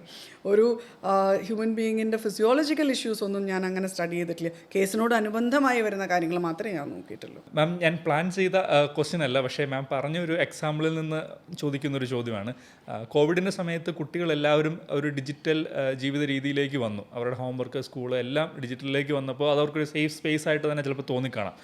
അങ്ങനത്തെ ഒരു സംഭവത്തെ മുതലെടുത്തുകൊണ്ടായിരിക്കാം കുട്ടികളുടെ ന്യൂഡ് പിക്ചേഴ്സൊക്കെ ആൾക്കാർ കളക്ട് ചെയ്ത് അത് വെച്ച് ബ്ലാക്ക് മെയിൽ ചെയ്ത്. അപ്പോൾ മാം, അതുപോലത്തെ കുട്ടികളെ ടാർഗറ്റ് ചെയ്തിട്ടുള്ള സൈബർ അറ്റാക്സിൻ്റെ 1-2 എക്സാമ്പിൾസ് ഒന്ന് പറഞ്ഞു തരാമോ? ഞാൻ കോവിഡിൻ്റെ സമയത്ത് ഇതിൻ്റെ ഒരു ഇൻറ്റൻസിറ്റി കൂടിയെന്നേ പറഞ്ഞുള്ളൂ. ഞാൻ ആദ്യം നോക്കി തുടങ്ങിയത് കുഞ്ഞുങ്ങളുടെ കേസസാണ്. ഏറ്റവും കൂടുതൽ ഞാൻ കൈകാര്യം ചെയ്തിട്ടുള്ള ഇൻഡിവിജ്വൽ ഇഷ്യൂസ്, കോർപ്പറേറ്റ് ഇഷ്യൂസ് അല്ലാതെ ഇൻഡിവിജ്വൽ ഇഷ്യൂസ് കുട്ടികളുടെയും സ്ത്രീകളുടെയുമാണ്. അങ്ങനെ വെച്ച് നോക്കിക്കഴിഞ്ഞാൽ കുട്ടികൾക്ക് പോലും ഒരു മിസ്കൺസെപ്ഷൻ ഉണ്ട്. അതായത് ഇൻ്റർനെറ്റിൽ നമ്മുടെ തന്നെ പേര് ചോദിക്കുന്നില്ല, ഏതെങ്കിലും പേര് കൊടുക്കാം. അപ്പോൾ എൻ്റെ അടുത്തേക്ക് ആരും തപ്പി വരില്ല, എൻ്റെ അടുത്തേക്ക് ആരും അന്വേഷിച്ച് വരില്ല, അപ്പോൾ എനിക്ക് എന്തും ആവാം. അപ്പോൾ നമ്മൾ കണ്ടിട്ടുണ്ട് ടീച്ചേഴ്സിനെ പറ്റിയിട്ട് ഫേക്ക് പ്രൊഫൈൽ ക്രിയേറ്റ് ചെയ്യുക, പേരൻസിനെ പറ്റിയിട്ട്. ഒരു വളരെ ഇൻട്രസ്റ്റിംഗ് ആയിട്ടുള്ളൊരു കേസ് ഞങ്ങൾ നോക്കിയത്, ഒരു പയ്യൻ അമ്മയുടെ ഫോട്ടോ ഇട്ടിട്ട് നമ്പറും ഇടും, എന്നിട്ട് അവൈലബിൾ എന്ന് പറഞ്ഞിട്ട് ഒരു സോഷ്യൽ മീഡിയ പോസ്റ്റ് ഉണ്ടാക്കി അങ്ങ് ഇടുകയാണ്. ഈ നമ്പറിലേക്ക് കോൾസ് വരിക. ഒരു തവണ നമ്പർ മാറ്റി, 2 തവണ, എത്ര നമ്പർ മാറ്റിയാലും നമ്പർ ഇവർ മാറ്റുന്നു, പുതിയ നമ്പർ എടുക്കുന്നു, 2ാമത്തെ ദിവസം പോസ്റ്റിൽ പുതിയ നമ്പർ വരുന്നു. അപ്പം പുറത്തുനിന്ന് ആരെങ്കിലും ആണെങ്കിൽ ഇത് അവർ ഉറപ്പിച്ച് പറയുന്നു ആർക്കും ഈ നമ്പർ അറിയില്ല എന്നുള്ളത്. നോക്കി വന്നപ്പോൾ നടക്കുന്നത് അവരുടെ വീട്ടിലെ കമ്പ്യൂട്ടർ തന്നെയാണ്. ചോദിച്ചു വന്നപ്പോൾ എന്താ വെച്ചാൽ പഠിക്കാൻ പറഞ്ഞ് നിർബന്ധിക്കുന്നു, അമ്മ ചീത്ത പറയുന്നു. അപ്പോൾ അമ്മയ്ക്കിട്ടുള്ള ഇതിൽ ഹെറാസ്മെൻറ്റ് അമ്മയ്ക്ക് ഫേസ് ചെയ്ത് തുടങ്ങിയെന്നുള്ളത്, അല്ലെങ്കിൽ ഇതൊരു ബുദ്ധിമുട്ടാണ് എന്നുള്ളത് അമ്മ എപ്പോഴോ വീട്ടിലിരുന്ന് സംസാരിച്ചു. അപ്പോൾ ഇതൊരു ബുദ്ധിമുട്ട്, ആ ഒരു കണ്ടിന്യൂഷൻ, എനിക്ക് കിട്ടുന്ന ഒരു ടോർച്ചറിൻ്റെ ഒരു ഷെയർ അങ്ങോട്ട് പൊക്കോട്ടെ എന്നുള്ളൊരു ലെവലിൽ. അമ്മോട് ഇഷ്ടമില്ലാഞ്ഞിട്ടൊന്നുമല്ല, it's a very temporary thing. പക്ഷെ കുട്ടികൾക്ക് ഇതിനെ പറ്റിയിട്ട് അറിയില്ല, നമുക്കറിയില്ല. അതേപോലെ തന്നെ കുട്ടികളും പഠിച്ചിട്ടുമില്ല, നമ്മൾ പഠിപ്പിക്കുന്നുമില്ല. അപ്പോൾ ഇതിൻ്റെ ഒരു ഫാർ ഫെച്ച്ഡ് റെപ്ലിക്കേഷൻസ് എന്താണെന്ന് അവർക്ക് മനസ്സിലായിട്ടില്ല. ഇതിന് ഒരു ലോങ് ടേം ഇഷ്യൂ ഉണ്ട്. ഇവനൊക്കെ ദേഷ്യമൊക്കെ മാറി അമ്മയായിട്ട് എല്ലാം പാലിയായി എല്ലാം ശരിയായി കെട്ടിപ്പിടിച്ചു വെച്ചു, എല്ലാം പ്രശ്നമൊക്കെ തീർന്നു. പക്ഷേ ഇത് ഇൻ്റർനെറ്റിൽ നിന്ന് പോകുന്നില്ലല്ലോ. അതോ കുട്ടികൾക്ക് അറിയില്ല, വളരെ കുഞ്ഞാണ് ആ കുട്ടി. അത് തന്നെ ഫ്രണ്ട്സിനെ കുറിച്ച് ചെയ്യുന്നുണ്ട്. പലപ്പോഴും നമുക്ക് മിസ്സിങ് കേസസ്, കുട്ടികളുടെ മിസ്സിങ് കേസസ് ഞങ്ങൾ ഇൻവെസ്റ്റിഗേറ്റ് ചെയ്ത് നോക്കുമ്പോൾ കുട്ടികളുടെ ഡീറ്റെയിൽസ് പോകുന്നത് സോഷ്യൽ മീഡിയ സൈറ്റിൽ നിന്നാണ്. അത് കുട്ടികളിടുന്നതല്ല, കുട്ടികളുടെ ചുറ്റുമുള്ള പേരൻസും സ്കൂൾസ്, അത്തരം ഗാർഡിയൻസ്, നാനീസ്, ഗ്രാൻഡ് പേരൻസ് ഒക്കെ കുട്ടികളെ പറ്റി ഷെയർ ചെയ്യുന്ന ഡേറ്റയാണ്. എന്താണ് കുട്ടിയുടെ റുട്ടീൻ, എന്താണ് കുട്ടിയുടെ വളർത്തുന്നത്, എങ്ങനെ. അതിൽ എനിക്ക് തോന്നിയിട്ടുള്ളത് പലപ്പോഴും പേരൻസ് അല്ലെങ്കിൽ അപ്ഡേറ്റ് ചെയ്യാനായിട്ട് ഇത് യൂസ് ചെയ്യുന്നു. കാരണം എന്താ വെച്ചാൽ നമ്മളൊക്കെ വാലിഡേഷന് വേണ്ടിയിട്ടാണ് ഇതിനകത്ത് സോഷ്യൽ മീഡിയയിൽ ഇടുന്നത്. ഗ്രാൻഡ് പേരൻസ് ആണെങ്കിലും ടീച്ചേഴ്സ് ആണെങ്കിലും ഞാൻ എത്ര നല്ല പേരൻ്റാണ് വേറൊരാളെ വെച്ച് കമ്പയർ ചെയ്യുമ്പോൾ എന്നുള്ളതിൻ്റെ ഒരു വാലിഡേഷൻ. അല്ലെങ്കിൽ നമ്മൾ ആരെങ്കിലും ചർച്ച ചെയ്തിരുന്ന ഒരു കാര്യമാണോ നമ്മുടെ കുട്ടി എത്ര പഠിക്കുന്നുണ്ടെന്നുള്ളത്? അല്ല. എൻ്റെ ഒന്നും ഒരു എന്താ പറയുക, ചെറുപ്പകാലത്ത് എനിക്ക് തോന്നുന്നില്ല എൻ്റെ അമ്മയൊക്കെ ആരെങ്കിലും എടുത്തിരുന്ന് പറഞ്ഞിട്ടുണ്ടാവുമേ അവൾ പഠിക്കില്ല, എത്ര പഠിച്ച് മാർക്കൊന്നുമല്ല, അവൾ പഠിക്കില്ല എന്നുള്ളൊരു സ്റ്റാൻഡേർഡ് മറുപടി അല്ലാതെ ഈ ഒരു കമ്പാരിസൺ എവിടെയും ആരുടെ മുമ്പിലും വെച്ച് പറയൽ, ഇന്ന കാര്യങ്ങൾ ചെയ്യും, അത് പേരൻറ്റിങ് വാലിഡേഷന് വേണ്ടി അഡൾട്ട്സ് ചെയ്യുന്ന ഒരു കാര്യമാണ്. പക്ഷെ അതിൽ റിസ്ക് ചെയ്യുന്നത് കുഞ്ഞുങ്ങളുടെ ഇൻഫർമേഷനാണ്, ഒരു സേഫ്റ്റിയാണ്. കാരണം ഇവർ എത്ര മണിക്ക് എവിടെ അവൈലബിൾ ആയിരിക്കും, എന്താണ് ഇവരുടെ ഒരു ഡെയിലി റൊട്ടീൻ, എന്തെങ്കിലും ഒരു ട്രെയിനിങ്ങിന് പോകുന്നുണ്ട്, അല്ലെങ്കിൽ സ്വിമ്മിംഗ് ക്ലാസ്സിന് പോകുന്നുണ്ട്, അല്ലെങ്കിൽ അതിന്റെ ഫോട്ടോസ്. പിന്നെ അതല്ലാന്നുണ്ടെങ്കിൽ ഈ പറഞ്ഞ പോലെ പെറ്റിനെ വേണം എന്ന് പറഞ്ഞു, ഞാനത് മേടിച്ചു കൊടുക്കില്ല എന്ന് പറഞ്ഞു. കാരണം എന്താണെന്ന് വെച്ചാൽ ഞാൻ ഇത്രയും പേരുടെ അടുത്ത് റിസർച്ച് ചെയ്തപ്പോൾ അങ്ങനെ ഒരു പെറ്റ് വീട്ടിൽ വന്നാൽ ഇത്ര ഹെൽത്ത് ഹസാർഡ്സ് ഉണ്ടാവും എന്ന് പറഞ്ഞു. ഞാനിത് എൻ്റെ കുട്ടിയെ പറഞ്ഞ് മനസ്സിലാക്കാൻ ശ്രമിച്ചു. ഈ കുട്ടിയെ ഫോളോ ചെയ്യുന്ന ഒരാൾക്ക്, ഈ സോഷ്യൽ മീഡിയ ഫോളോ ചെയ്യുന്ന ഒരാൾക്കറിയാം കുട്ടിക്ക് പെറ്റ് വേണം. ഒരു പെറ്റിനെ കാണിച്ചു കൊടുത്ത് 2 ദിവസം നിർത്തി 3-ാമത്തെ ദിവസം ആ പെറ്റിൻ്റെ കൂടെ കൊച്ചു പോരും. നമ്മൾ ഒരു കുട്ടിയുടെ അബ്ഡക്ഷൻ്റെ കേസിൽ നമ്മൾ തിരിച്ചു നോക്കുമ്പോൾ ഇൻഫർമേഷൻ ഗ്യാദർ ചെയ്യുന്നത് സോഷ്യൽ മീഡിയയിൽ നിന്നാണ്. 2004 മുതൽക്കുള്ള ഇഷ്യൂ ആണ് ഞാൻ പറയുന്നത്, ഇന്നലെയും തുടങ്ങിയതല്ല, 2004 മുതൽക്ക്. ഇന്ന് പിന്നെയും കുറേയൊക്കെ പേരൻസ് കുറേ അവെയർ ആവുന്നുണ്ട്. അവർ അതിനെപ്പറ്റി ചെയ്യാതെയൊക്കെ ഇരിക്കാനുള്ള പല ആൾക്കാരും നോക്കുന്നുണ്ട് അതിനെ പറ്റിയിട്ട്. പിന്നെ ഇപ്പോൾ പുതിയൊരു മൂവ്മെൻറ്റും തുടങ്ങിയിട്ടുണ്ട്, റൈറ്റ്സ് ഓഫ് എ ചൈൽഡ്. കാരണം ആ കുട്ടിയുടെ ഇൻഡിവിജ്വാലിറ്റി എന്താണെന്ന് ആ കുട്ടി തീരുമാനിക്കുന്നതിന് മുമ്പ് ആ കുട്ടിയുടെ പേഴ്സണൽ ഇൻഫർമേഷൻ മുഴുവനും ഓൺലൈനിലാണ്. അപ്പോൾ അതിൻ്റെ ഒരു കാര്യം ഇപ്പോൾ ഇതൊരു പുതിയ മൂവ്മെൻ്റ് ആയിട്ടുണ്ട്, പുതിയ വാക്കൊക്കെ വന്നിട്ടുണ്ട്. ഷെയറിൻറ്റിങ്, പേരൻറ്റിങ്ങിൻ്റെ ഒരു സാധനം ഷെയറിൻറ്റിങ് എന്നൊക്കെ പറഞ്ഞ് വരുന്നുണ്ട്. പക്ഷെ ഇതിനെ പറ്റിയിട്ട് വർഷങ്ങളായിട്ട് എനിക്ക് തോന്നുന്നത് 2004 അതുകൊണ്ടായിരിക്കും സെലിബ്രിറ്റീസൊക്കെ അവരുടെ കുട്ടികളുടെ ഫോട്ടോസോ റൊട്ടീൻസോ അങ്ങനത്തെ ഒരു കാര്യങ്ങളും കുട്ടികളെ സംബന്ധിക്കുന്നൊന്നും പോസ്റ്റ് ചെയ്യാതെ ഫേസ് പോലും ബ്ലർ ചെയ്ത് കാണിക്കുന്ന അതുകൊണ്ടായിരിക്കും. ഇപ്പോൾ പലപ്പോഴും ഹോം ടൂർ, ഇപ്പോൾ പലപ്പോഴും അതും കണ്ടിട്ടുണ്ട് ഞങ്ങൾ, ഹോം ടൂറൊക്കെ കാണിക്കുന്നത്. പറയുന്നത് എന്താ വെച്ചാൽ വ്ളോഗേഴ്സ് ചെയ്യുന്നുണ്ട്, ഇൻഫ്ലുവൻസേഴ്സ് ചെയ്യുന്നുണ്ട്. അവർക്ക് ഒരു പക്ഷേ അറിയാമായിരിക്കും ഞാൻ എന്ത് ചെയ്യണം, എന്ത് കാണിക്കണം എന്നുള്ളത്. അവർ പ്ലാൻഡ് ആയിട്ടായിരിക്കും ചെയ്യണേ. അത് തന്നെ കോപ്പി ചെയ്തിട്ട് ഞാൻ എൻ്റെ വീട്ടിലെ വെയർഅബൌട്ട്സ് മുഴുവൻ കാണിക്കുമ്പോൾ എൻ്റെ വീട്ടിലെ വൈഫൈ റൗട്ടർ എവിടെ ഇരിക്കുന്നതെന്ന് കാണിച്ചു കൊടുക്കുന്നു, എൻ്റെ വീട്ടിലെ മെയിൻ സ്വിച്ച് എവിടെ ഇരിക്കുന്നതെന്ന് കാണിച്ചു കൊടുക്കുന്നു, എത്ര ജനലുണ്ട്, ആ ജനലിൻ്റെ ഇതെല്ലാം നമ്മൾ എക്സ്പോസ് ചെയ്യാണ്. എന്താണ് my security measures at home എന്ന് വരെയും നമ്മൾ പറയാണ്. ഭാഗ്യത്തിന് പാസ്കീൻ ബയോമെട്രിക്കും കൂടി ഷെയർ ചെയ്യുന്നില്ല എന്ന് മാത്രമേ എനിക്ക് പറയാനുള്ളൂ. മാം, ഇപ്പോഴത്തെ ഒരു ഇൻഫർമേഷൻ ഏജിൽ ഞാൻ മനസ്സിലാക്കിയിടത്തോളം ഒരാളുടെ ഡിവൈസ് ഹാക്ക് ചെയ്യാതെ തന്നെ അയാളെ സംബന്ധിക്കുന്ന വിവരങ്ങൾ കളക്ട് ചെയ്യാൻ പറ്റുമെന്ന് പറയപ്പെടുന്നുണ്ട്. അത് എത്രത്തോളം സീരിയസ് ആണ്? അല്ല, നമ്മളെ സംബന്ധിച്ചോളം പണ്ടും ഞാൻ പറഞ്ഞൊരു കാര്യം, എത്രത്തോളം നമ്മൾ ഈ സോഷ്യൽ മീഡിയയിൽ ചിന്തിക്കാതെ ഷെയർ ചെയ്യുന്നോ അത്രയും ഇൻഫർമേഷൻ നമ്മൾക്ക് ഹാക്ക് ചെയ്യാതെ വരും പുറത്ത്. എന്തിനാ ഹാക്ക് ചെയ്യണേ? You give me one reason. എന്തിനാ ഞാൻ ഹാക്ക് ചെയ്യണേ? 15 ദിവസം ഞാൻ നിങ്ങളുടെ സോഷ്യൽ മീഡിയ ഫോളോ ചെയ്താൽ എനിക്ക് നിങ്ങളെപ്പറ്റി എല്ലാം അറിയാൻ പറ്റും. ഒരു 4 വരി കോഡ് എഴുതി കഴിഞ്ഞാൽ എനിക്ക് അറിയാൻ പറ്റും നിങ്ങളുടെ ഏറ്റവും ഇഷ്ടമുള്ള കളർ എന്താണെന്നുള്ളത്. 15 ദിവസം എക്സാജറേഷൻ ഇല്ലാണ്ട് പറയാം, 15 ഡേയ്സ് നിങ്ങളുടെ സോഷ്യൽ മീഡിയ ഫോളോ ചെയ്താൽ നിങ്ങൾക്ക് ഇഷ്ടമുള്ള കളർ, നിങ്ങൾക്ക് ഇഷ്ടമുള്ള ഭക്ഷണം, നിങ്ങളുടെ ഐറ്റനറി എന്താണ്, നിങ്ങൾക്ക് ഇഷ്ടമുള്ള what kind of A person ആയോ, നിങ്ങൾ ഇൻട്രോവേർട്ട് ആണോ, പൊളിറ്റിക്കൽ അഫിലിയേഷൻ എന്താണ്, ആയു എന്താണ് ഫെമിനിസ്റ്റ് ആണോ, അതല്ല എന്നുണ്ടെങ്കിൽ ആയു അഗൈൻസ്റ്റ് ഫെമിനിസം, ഇതെല്ലാം അറിയാൻ പറ്റും. നിങ്ങൾ ഫോളോ ചെയ്യുന്ന പല സാധനങ്ങൾ, നിങ്ങൾ ഷെയർ ചെയ്യുന്ന പല സാധനങ്ങൾ, നമ്മളൊരു 2 സെക്കൻഡിൽ കൂടുതൽ ഒരു പോസ്റ്റ് നോക്കുന്നുണ്ടെങ്കിൽ ആ പോസ്റ്റിൻ്റെ എന്തോ നിങ്ങളെ അട്രാക്ട് ചെയ്തുകൊണ്ടാണ്. അതെ അതെ, ദാറ്റ്സ് എ സിമ്പിൾ ആൽഗോരിതം. അത് മാത്രം മതി. അങ്ങനെ ചെയ്തിട്ടുണ്ടെങ്കിൽ പോലും നമുക്ക് കൂടുതൽ ഫീഡ്സ് വന്നു തുടങ്ങും. നിങ്ങളുടെ ഫീഡ്സ് മാത്രം ഞാൻ വാച്ച് ചെയ്താൽ മതി നിങ്ങൾക്ക് എന്ത് വരും എന്നുള്ളത്. എൻ്റെ ഫീഡ് എങ്ങനെയായിരിക്കും വേറൊരാൾക്ക് വാച്ച് ചെയ്യാനായിട്ട് പറ്റുക? നിങ്ങൾക്കൊരു ലിങ്ക് അയച്ച് നിങ്ങളത് ക്ലിക്ക് ചെയ്താൽ അതാ നിങ്ങളുടെ ഫോണേ എൻ്റെ കയ്യിലിരിക്കും. അതാണ് ഞാൻ അടുത്ത എൻ്റെ ഒരു എനിക്ക് ചോദിക്കാനുള്ളൊരു ക്വസ്റ്റ്യൻ അതാണ്. ഈ എല്ലാ സൈബർ ക്രൈംസിനും ഏറ്റവും പവർഫുൾ ആയിട്ടുള്ള ഒരു ടൂളായിട്ട് ഈ സൈബർ ക്രിമിനൽസ് യൂസ് ചെയ്യുന്നത് ഇപ്പോൾ സ്മാർട്ട് ഫോണാണ്. അതുപോലെ തന്നെ വിക്ടിംസിനും രക്ഷപ്പെടാൻ ഈ സ്മാർട്ട് ഫോൺ ഒരു പവർഫുൾ ടൂളാണ്. മാം, സ്മാർട്ട് ഫോണിൻ്റെ ആ ഒരു ഇമ്പാക്റ്റ് ഒന്ന് പറഞ്ഞുതരാം മാം, ഈ സൈബർ ക്രൈമിനകത്ത് അത് ഹാക്കിംഗ് ആണ്. ഞാനിപ്പോൾ ഈ പറഞ്ഞ സാധനം ഹാക്കിംഗ് ആണ്. ബട്ട് അതിനകത്ത് നമ്മൾ തന്നെ ആക്ച്വലി ഇൻവൈറ്റ് ചെയ്ത് കയറുന്ന ഒരു ഇഷ്യൂ ആണ്. അതായത് ഞാൻ നിങ്ങൾക്കൊരു ഗുഡ് മോർണിംഗ് മെസ്സേജ് അയക്കുന്നു, അല്ലെങ്കിൽ ഞാൻ ഹൗ യു മെസ്സേജ് അയക്കുന്നു. ഈ മെസ്സേജ് അയച്ചതിൻ്റെ താഴെ ഒരു ലിങ്ക് കൊടുത്തിട്ടുണ്ട്, അല്ലെങ്കിൽ അതിനകത്ത് ഹൈഡ് ചെയ്തിട്ട് ഞാനൊരു ലിങ്ക് കൊടുത്തിട്ടുണ്ട്. നിങ്ങളത് ഓപ്പൺ ചെയ്യുമ്പോൾ ആ ലിങ്ക് ഓട്ടോമാറ്റിക്കലി ഇൻസ്റ്റാൾ ആവുന്നു. ആ ലിങ്കിൽ വരുന്ന എന്താണോ ഞാൻ ഇൻസ്റ്റാൾ ചെയ്ത സ്പൈവെയർ അത് നിങ്ങളുടെ ഡിവൈസിലേക്ക് വരും. അത് എൻ്റെ ഇഷ്ടമാണ് അത് എന്ത് തരം സ്പൈവെയർ ആണെന്നുള്ളത്.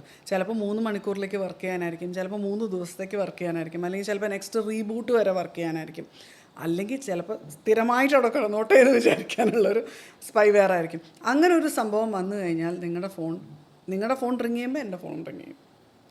നിങ്ങളുടെ ഫോണിൽ മെസ്സേജ് വന്നാൽ എൻ്റെ ഫോൺ മെസ്സേജ് വരും. നിങ്ങളുടെ ഫോണിൽ എത്ര ഫോട്ടോസ് വേണം, എന്ത് മെസ്സേജസ് കിടക്കണമെന്ന് ഞാൻ തീരുമാനിക്കും. എനിക്ക് ഡെയിലി ആക്സസ് എടുക്കാം. ഇതെല്ലാം സംഭവിക്കും. ഇതിലും വലിയൊരു കാര്യം, ഒരു ആപ്പ്, ഞാൻ ലിങ്ക് വഴി ഒരു ആപ്പ് അയക്കുകയാണെങ്കിൽ ആ ആപ്പ് വഴി എല്ലാം നിങ്ങൾ ആ ആപ്പിനകത്ത് ഒരു ആപ്പ് ഇൻസ്റ്റാൾ ചെയ്യുമ്പോൾ നിങ്ങൾ ഐ എഗ്രി ബട്ടൺ ചെയ്യുന്നതിന് മുമ്പ് വായിക്കുന്നുണ്ടോ എന്താണെന്നുള്ളത്? പിന്നെ ആ എഗ്രി കൊടുത്തു കഴിഞ്ഞാൽ എല്ലാം ഫങ്ഷൻ ചെയ്യും. വാട്ട് യു ആർ എഗ്രിയിങ് ഇസ് എൻ്റെ ഫോൺ കോപ്പി ചെയ്തോളൂ, എൻ്റെ ഫോൺ ക്ലോണായിട്ട് നിങ്ങൾ ഉപയോഗിച്ചോളൂ എന്നുള്ള സമ്മതം എനിക്ക് തന്നു കഴിഞ്ഞാൽ പിന്നെ എനിക്ക് ആരുടെ സമ്മതം വേണ്ടത് ചെയ്യാൻ? നിങ്ങളുടെ ഫോൺ കോപ്പി ചെയ്യാമെങ്കിൽ നിങ്ങളുടെ സമ്മതം പോരെ, വേറെ ആരെങ്കിലും സമ്മതം വേണോ? സ്മാർട്ട് ഫോൺസിൽ നമുക്ക് മെസ്സേജ് ആയിട്ട് വരുന്ന ലിങ്ക്സ് ഒരു കാരണവശാലും നമ്മൾ ഓപ്പൺ ആക്കാതെ, ഒരു കാരണവശാലും ലിങ്ക്സ് ക്ലിക്ക് ചെയ്യരുത്. ഒരു കാരണവശാലും അറിയാത്ത ഫോർവേഡ് ചെയ്യരുത്. ഫേക്ക് ന്യൂസ് മുതൽക്ക് ഇത്തരം റിസ്കുകളെല്ലാം ഉണ്ട്. ഒരു കാരണവശാലും ഇത്തരം കാര്യങ്ങൾ ചെയ്യരുത്. ലിങ്കുകൾ പരമാവധി ചെയ്യരുത്. ഞാൻ പറയും, എന്തെങ്കിലും ലിങ്ക് വന്നു നിങ്ങൾക്ക് തുറന്നു നോക്കണം എന്നുണ്ടെങ്കിൽ അത് വായിക്കുക. ലിങ്ക് വായിച്ചിട്ട് വേറൊരു സിസ്റ്റം എടുത്തിട്ട് ആ സിസ്റ്റത്തിൽ നിങ്ങൾ ടൈപ്പ് ചെയ്യും. ഓ കുറേയും കൂടി സേഫാണ്, കുറേയും കൂടി സേഫാണ്. കാരണം നമ്മൾക്കിപ്പോൾ പലപ്പോഴും തുറക്കണം എന്ന് പറഞ്ഞിട്ടുണ്ട് ആഗ്രഹം ഉണ്ടാവുക, നമുക്ക് ക്യൂരിയോസിറ്റി കൊണ്ട് ഇത് എന്താണെന്ന് അറിയാൻ ചിലപ്പോൾ ബാങ്കിൽ നിന്ന് വരുന്നതായിരിക്കാം, അതല്ലാന്നുണ്ടെങ്കിൽ നമുക്ക് ഇഷ്ടമുള്ള ഒരു കമ്പനിയുടെ ആയിരിക്കാം, അങ്ങനെയൊക്കെ ആയിരിക്കുമല്ലോ. നമ്മൾ ഓക്സിജന് നമ്മൾ പ്രൊമോഷണൽ മെസ്സേജസ് അയക്കുമ്പോൾ നമ്മൾ വെരിഫൈഡ് പ്രൊഫൈലിൽ നിന്നാണ് ഓക്സിജൻ മെസ്സേജസ് അയക്കുന്നത്. അപ്പോൾ അതുപോലത്തെ ബ്ലൂ ടിക്ക് അങ്ങനത്തെ ഒക്കെ കുറച്ചുകൂടെ നോക്കിക്കഴിഞ്ഞാൽ സേഫ് ആയിരിക്കും. ബ്ലൂ ടിക്ക് ഇപ്പോൾ പെയ്ഡായിട്ടും കിട്ടുമല്ലോ. അങ്ങനെയല്ല, ഒരു വെരിഫൈഡ് ഒരു ഇതൊക്കെ ഒരു 80% ഒക്കെ സെക്യൂരിറ്റിയാണ് ഇതെല്ലാം. പക്ഷേ എന്നാലും ഈ ലിങ്കിൻ്റെ ഇതുണ്ട്. അപ്പം ഞാൻ പറയും നമുക്കൊരു 80% ടെക്നിക്കൽ സെക്യൂരിറ്റി ഉള്ളൂ. അങ്ങനെ വെച്ച് നോക്കുമ്പോൾ ഇത്തരം കാര്യങ്ങൾ നോക്കണം, ആഗ്രഹമുണ്ട്, that you want to be എന്താണ് അപ്ഡേറ്റഡ് ഓൾ ദ ടൈം. ഇങ്ങനെ ഒരുപാട് ഫിയർ ഓഫ് മിസ്സിങ് ഔട്ട് ഉള്ള ആൾക്കാരാണെന്നുണ്ടെങ്കിൽ ഡിജിറ്റൽ ഹൈജീൻ പ്രാക്ടീസ് ചെയ്യൂ. എല്ലാ ഗാജറ്റിലും എല്ലാ ഡേറ്റയും വെക്കാണ്ടിരിക്കുക. എല്ലാ ഇത്തരം കാര്യങ്ങൾ നോക്കാനായിട്ട് നിങ്ങളൊരു ഗാജറ്റ് വെച്ചോളൂ. ബാക്കിയുള്ള ഗാജറ്റ്സിൽ മതി നിങ്ങളുടെ സെൻസിറ്റീവ് ഡേറ്റ. അത് നിങ്ങളുടെ പേഴ്സണൽ സെൻസിറ്റീവ് ഡേറ്റ ആണെങ്കിലും ഫിനാൻഷ്യൽ ആണെങ്കിലും നിങ്ങളുടെ ഓർഗനൈസേഷനിൽ ഓർ വർക്ക് റിലേറ്റഡ് ഡേറ്റ ആണെങ്കിലും അത് സെൻസിറ്റീവ് ഡേറ്റ സെപ്പറേറ്റ് ചെയ്ത് വെക്കുക. നമുക്ക് കൊടുക്കാൻ പറ്റുന്ന എന്ത് ഡേറ്റ ആണെങ്കിലും അതൊരു ഡിവൈസിൽ അങ്ങ് വെക്കാം. It's like organising your house. നിങ്ങളുടെ ഡ്രോയിങ് റൂം ഗേറ്റിൻ്റെ ഉള്ളിലേക്ക് ആർക്കൊക്കെ വരാൻ പറ്റും, ഡ്രോയിങ് റൂമിലേക്ക് ആരൊക്കെ വരാൻ പറ്റും, ബെഡ്റൂമിലേക്ക് ആരൊക്കെ വരാൻ പറ്റും എന്നുള്ളത് നിങ്ങളുടെ ചോയ്സാണ്. അത് നമ്മുടെ പഴയ ഡിവൈസസ് മക്കൾക്ക് കൊടുക്കാതെ അത് ഇങ്ങനത്തെ ഒരു സെഗ്രിഗേഷന് വേണ്ടി യൂസ് ചെയ്യാമല്ലേ നമ്മൾ? ഒന്നുകിൽ അങ്ങനെ ചെയ്യാം. മക്കൾക്ക് കൊടുക്കുകയാണെങ്കിൽ തീർച്ചയായിട്ടും റീസെറ്റ് ചെയ്യുക, കംപ്ലീറ്റ് റീസെറ്റ്. ഫാക്ടറി റീസെറ്റ് ഒന്നും അത്ര ഇതൊന്നും അല്ല. പ്രത്യേകിച്ച് കുട്ടികൾക്കൊക്കെ അതും അവർ പഠിച്ചൊക്കെ തുടങ്ങിയാൽ അവർക്ക് റിക്കവർ ചെയ്യാവുന്ന കാര്യങ്ങളേ ഉള്ളൂ. ബട്ട് എനിവേ അതെങ്കിലും ചെയ്തിട്ട് കൊടുക്കുക. അതേപോലെ എന്തായാലും അഡൾട്ട് ഗാഡ്ജറ്റ്സ് കുട്ടികളായിട്ട് ഷെയർ ചെയ്യാതിരിക്കുക. എത്ര ഇല്ല എന്ന് പറഞ്ഞാലും ശരി, നമ്മൾ ആ നോക്കുന്ന ഒരൊറ്റ സെക്കൻഡ് നേരത്തേക്ക് ഒരു അബദ്ധം വന്നാൽ ദേ ആർ എക്സ്പോസ്ഡ്. പിന്നെ അവർ അതിനെപ്പറ്റി അന്വേഷിക്കാൻ പണ്ടത്തെ പോലെ വീട്ടിലെ കാരണവന്മാരുടെ അടുത്ത് വന്ന് ചോദിക്കേണ്ട കാര്യമൊന്നുമില്ല. ഞാൻ പറയും ഞങ്ങളെല്ലാവരും ക്യൂറിയസ് ആയിരുന്നു, നമ്മളെല്ലാവരും ക്യൂറിയസ് ആയിരുന്നു, ഞാനും ക്യൂറിയസ് ആയിരുന്നു. ഞാനും 4 ലെറ്റർ വേർഡായിട്ട് എക്സ്പോസ്ഡ് ആകുമ്പോൾ വീട്ടിൽ വന്ന് ചോദിച്ചിട്ട് ചീത്ത കേട്ടിട്ടുള്ള ആളാണ്. എനിക്ക് വേണമെങ്കിൽ എല്ലാം 8-10 വയസ്സൊക്കെ ഉണ്ടാവും. ആകെ വയലൻ്റ് ആയിട്ട് വന്ന് ചോദിച്ചപ്പോൾ എൻ്റെ ഗ്രാൻഡ് മദറാണ് എൻ്റെ അടുത്ത് പറഞ്ഞത് ഡിക്ഷണറി എടുത്ത് വായിക്കാൻ. ഡിക്ഷണറി എന്ന് പറഞ്ഞ സാധനം ഇപ്പോഴത്തെ കുട്ടികൾക്ക് അറിയോ? ഇല്ല. അതിൻ്റെ ആവശ്യമില്ല. ഡിക്ഷണറി എന്ന് പറയുന്ന സാധനം ആവശ്യമില്ല. കാരണം എവറിഥിങ് സെർച്ച് എൻജിൻസ് തരും. ആ സെർച്ച് എൻജിനിൽ പോയിട്ട് ഇതിനെപ്പറ്റി ഒരു ചോദ്യം ചോദിച്ചാൽ വേണ്ടതും വേണ്ടാത്തതുമായിട്ടുള്ള എല്ലാ എക്സ്പ്ലനേഷൻസും കിട്ടും. പണ്ട് ഈ ഡിക്ഷണറി എടുത്ത് വെച്ച് വായിക്കണമെങ്കിലുള്ള മെനക്കെട്. അത് വായിച്ചാൽ ഞാൻ പറയും ലെഫ്റ്റ് സൈഡിൽ കണ്ടത് ഒരു ഈ 4 ലെറ്റർ വേർഡാണെങ്കിൽ അതിൻ്റെ ഡിസ്ക്രിപ്ഷൻ 400 വാക്കായിരുന്നു. അത് മനസ്സിലാക്കാൻ അടുത്തൊരു 8 കൊല്ലം വേണ്ടി വന്നു. ഓക്കെ മാം, ഇപ്പോൾ ഒരു സ്മാർട്ട് ഫോൺ യൂസ് ചെയ്യുമ്പോൾ നമ്മൾ ലിങ്ക്സിൻ്റെ കാര്യം പറഞ്ഞു. അതേപോലെ സ്മാർട്ട് ഫോൺ യൂസ് ചെയ്യുന്ന ആൾക്കാർ ചെയ്യുന്ന ഏറ്റവും വലിയ മിസ്റ്റേക്കുകൾ എന്തൊക്കെയാണ് apart from clicking random links? Saving lot of data on your phone. And എന്താ ചിലവരൊക്കെ ഫോൺ മിസ്സായി എന്ന് പറഞ്ഞിട്ട് നമ്മുടെ വാട്സാപ്പ് നമ്പറിൽ വിളിച്ചിട്ട് വാൻസോയിൽ വിളിച്ചിട്ട് പറയും ഇങ്ങനെ ഞങ്ങളുടെ ഫോൺ മിസ്സായി, ഞങ്ങൾ അത് തപ്പിയെടുത്ത് തരാൻ പറ്റുമോ എന്നുള്ളതാണ്. കുറച്ച് നാൾ മുമ്പ് വരെയൊക്കെ എങ്ങനെയായിരുന്നു വെച്ചാൽ തിരുവനന്തപുരത്ത് നിന്ന് ട്രെയിൻ കയറി കോട്ടയത്ത് ഇറങ്ങുമ്പോൾ ഫോൺ കണ്ടില്ല, നിങ്ങളുടെ ഓഫീസിൽ വന്നാൽ കിട്ടുമോ? നമ്മൾ ചിലപ്പോൾ ഇങ്ങനെ പറയും ഇങ്ങനെ ഭൂമിൻ്റെ അടിയിലൊരു ഫണൽ വെച്ചിരിക്കുക, അതിങ്ങനെ വീണ തയ്യാറ എൻ്റെ ഓഫീസിലേക്ക് വരും എന്നുള്ളത് തമാശക്കൊക്കെ പറയായിരുന്നു. കാരണം ഒരു ദിവസം 200-ൽ പരം കോൾസ് ഞങ്ങൾ അറ്റൻഡ് ചെയ്യും. അപ്പോൾ ഇത്തരം തമാശകൾ സ്വയം പറഞ്ഞ് ചിരിക്കുകയല്ലാതെ ഞങ്ങൾക്ക് വേറെ ഒരു വഴിയില്ല. അല്ലെങ്കിൽ ഞങ്ങളുടെ സ്ട്രെസ്സ് വല്ലാതെ ടോപ്പ് ലോണായിപ്പോൾ. അപ്പോൾ അങ്ങനെയുള്ള സംഭവങ്ങൾ ഇന്ന് ഇപ്പോൾ ഒരുപാട് മാറി കേട്ടോ. ആൾക്കാർക്ക് കുറേയൊക്കെ അവെയർനെസ്സും കുറേയൊക്കെ അറിവുമൊക്കെ കിട്ടി എന്നുള്ളതുകൊണ്ട് അതിൽ കുറേ വ്യത്യാസമുണ്ട്. പക്ഷേ അങ്ങനെ പോകുമ്പോൾ പിന്നത്തെ അവരുടെ ചോദ്യം അതിനകത്ത് ഒരു 6000 ഫോട്ടോസ് ഉണ്ടായിരുന്നു, അത് ഡിലീറ്റ് ചെയ്ത് തരാൻ പറ്റുമോ? മിസ്സായി പോയ ഗാഡ്ജറ്റിലെ ഫോട്ടോസ് ഡിലീറ്റ് ചെയ്യാൻ പറ്റുമോ എങ്ങനെയെങ്കിലും? അപ്പോൾ ഞങ്ങൾ ചോദിക്കും ഓക്കെ റിക്കവറി വല്ലതും വെച്ചിട്ടുണ്ടോ, വല്ല ഇമെയിൽസ് വെച്ചിട്ടുണ്ടോ, ബാക്കപ്സ് വെച്ചിട്ടുണ്ടോ, ഫോണിൻ്റെ സേഫ്റ്റി മെഷേഴ്സ് എന്തെങ്കിലും ഓൺ ചെയ്തിട്ടുണ്ടോ, ആ ബയോമെട്രിക് പാസ്വേഡ് വെച്ചിട്ടുണ്ടോ, അത് പേരൻസ് കാണാണ്ടിരിക്കാനല്ല, അതല്ലാണ്ട് വേറെ എന്തെങ്കിലും ചെയ്തിട്ടുണ്ടോ എന്ന് ചോദിക്കും. അപ്പോൾ അതല്ല, അങ്ങനത്തെ കാര്യങ്ങളെല്ലാം എല്ലാ കമ്പനീസും ടെക്നിക്കലി എല്ലാം ചെയ്തു വരുന്നുണ്ട്. ഇതൊക്കെയാണ് ഞാൻ പറഞ്ഞത് പഠിക്കാണ്ട് യൂസ് ചെയ്യുന്നതിൻ്റെ പ്രോബ്ലമാണ്. അതായത് എല്ലാ സ്മാർട്ട് ഫോൺസിലും ഇതെല്ലാം ഉണ്ട്, റിക്കവറി ചെയ്യാനും എല്ലാം ഉണ്ട്, റിമോട്ട്ലി ഡാറ്റ ഡിലീറ്റ് ചെയ്യാനുള്ള എല്ലാ സിസ്റ്റംസും അത് നമ്മൾക്ക് അറിയാതെയാണ് നമ്മൾ ഈ സംഭവം യൂസ് ചെയ്യുന്നത്. അതായത് കാറ് വിൽക്കണ ആൾക്കാർ ബ്രേക്കും ആക്സിലേറ്ററും ക്ലച്ചും ഗിയറും ഒക്കെ വെച്ചിട്ടുണ്ട്. പക്ഷെ ഇത് എവിടെ ഇരിക്കണേ എന്നുള്ളതോ അങ്ങനെ ഉണ്ട് എന്നുള്ളതോ പഠിക്കാണ്ട് നമ്മൾ യൂസ് ചെയ്ത് എങ്ങനെ ഇരിക്കും, അത് തന്നെയാണ് ഇവിടെയുള്ള ഒരു ഈ ചെറുപ്പം മുതലേ ഒരു സ്മാർട്ട് ഫോണൊക്കെ ഉപയോഗിക്കുക എന്ന് പറഞ്ഞാൽ അയാളുടെ ലൈഫിനെ തന്നെ വളരെ ഇമ്പാക്ട് ചെയ്യുന്ന ഒരു കാര്യമായിട്ട് മാറാൻ സാധ്യത ഉള്ളപ്പോൾ അത് അതിൻ്റെ എല്ലാവിധമായ സേഫ്റ്റി മെഷേഴ്സും ഉപയോഗിച്ചുകൊണ്ട് പഠിച്ചുകൊണ്ട് ഉപയോഗിക്കാൻ ഉള്ളൊരു ട്രെയിനിങ് തീർച്ചയായിട്ടും കിട്ടേണ്ടത് വളരെ അത്യാവശ്യമാണ്. കുട്ടികളും പഠിക്കണം, കുട്ടികളുടെ ഒപ്പം രക്ഷകർത്താക്കളും പഠിക്കണം, പഠിച്ചേ പറ്റൂ. ഇനി ഞാൻ ചോദിക്കാൻ വന്നപ്പോൾ ഓക്സിജൻ ഇഷ്ടംപോലെ സ്മാർട്ട് ഫോണുകൾ എല്ലാ റേഞ്ചിലുള്ളത് വിൽക്കുന്നതുകൊണ്ട് നമ്മൾ ചോദിക്കുകയാണ്, ഹൈ എൻഡ് സ്മാർട്ട് ഫോണുകൾ യൂസ് ചെയ്യുന്നത് കൊണ്ട് ബൈ ഡിഫോൾട്ട് ഞാൻ സേഫ് ആകുമോ? ഭയങ്കര എക്സ്പെൻസീവ് ആയിട്ടുള്ള ഒരു സ്മാർട്ട് ഫോൺ ഞാൻ ഉപയോഗിക്കുന്നതുകൊണ്ട് ബൈ ഡിഫോൾട്ടായിട്ട് എന്തെങ്കിലും ഡേഞ്ചേഴ്സ് അതിൽ അസോസിയേറ്റഡ് ആണ്? ഈ ഡ്രൈവിങ്ങിൻ്റെയും വണ്ടിയുടെയും ഒക്കെ ആദ്യം ഒരു എക്സാമ്പിൾ പറഞ്ഞുകൊണ്ട് ഞാൻ അതേ ഇതിൽ എക്സാമ്പിളിൽ വരാം.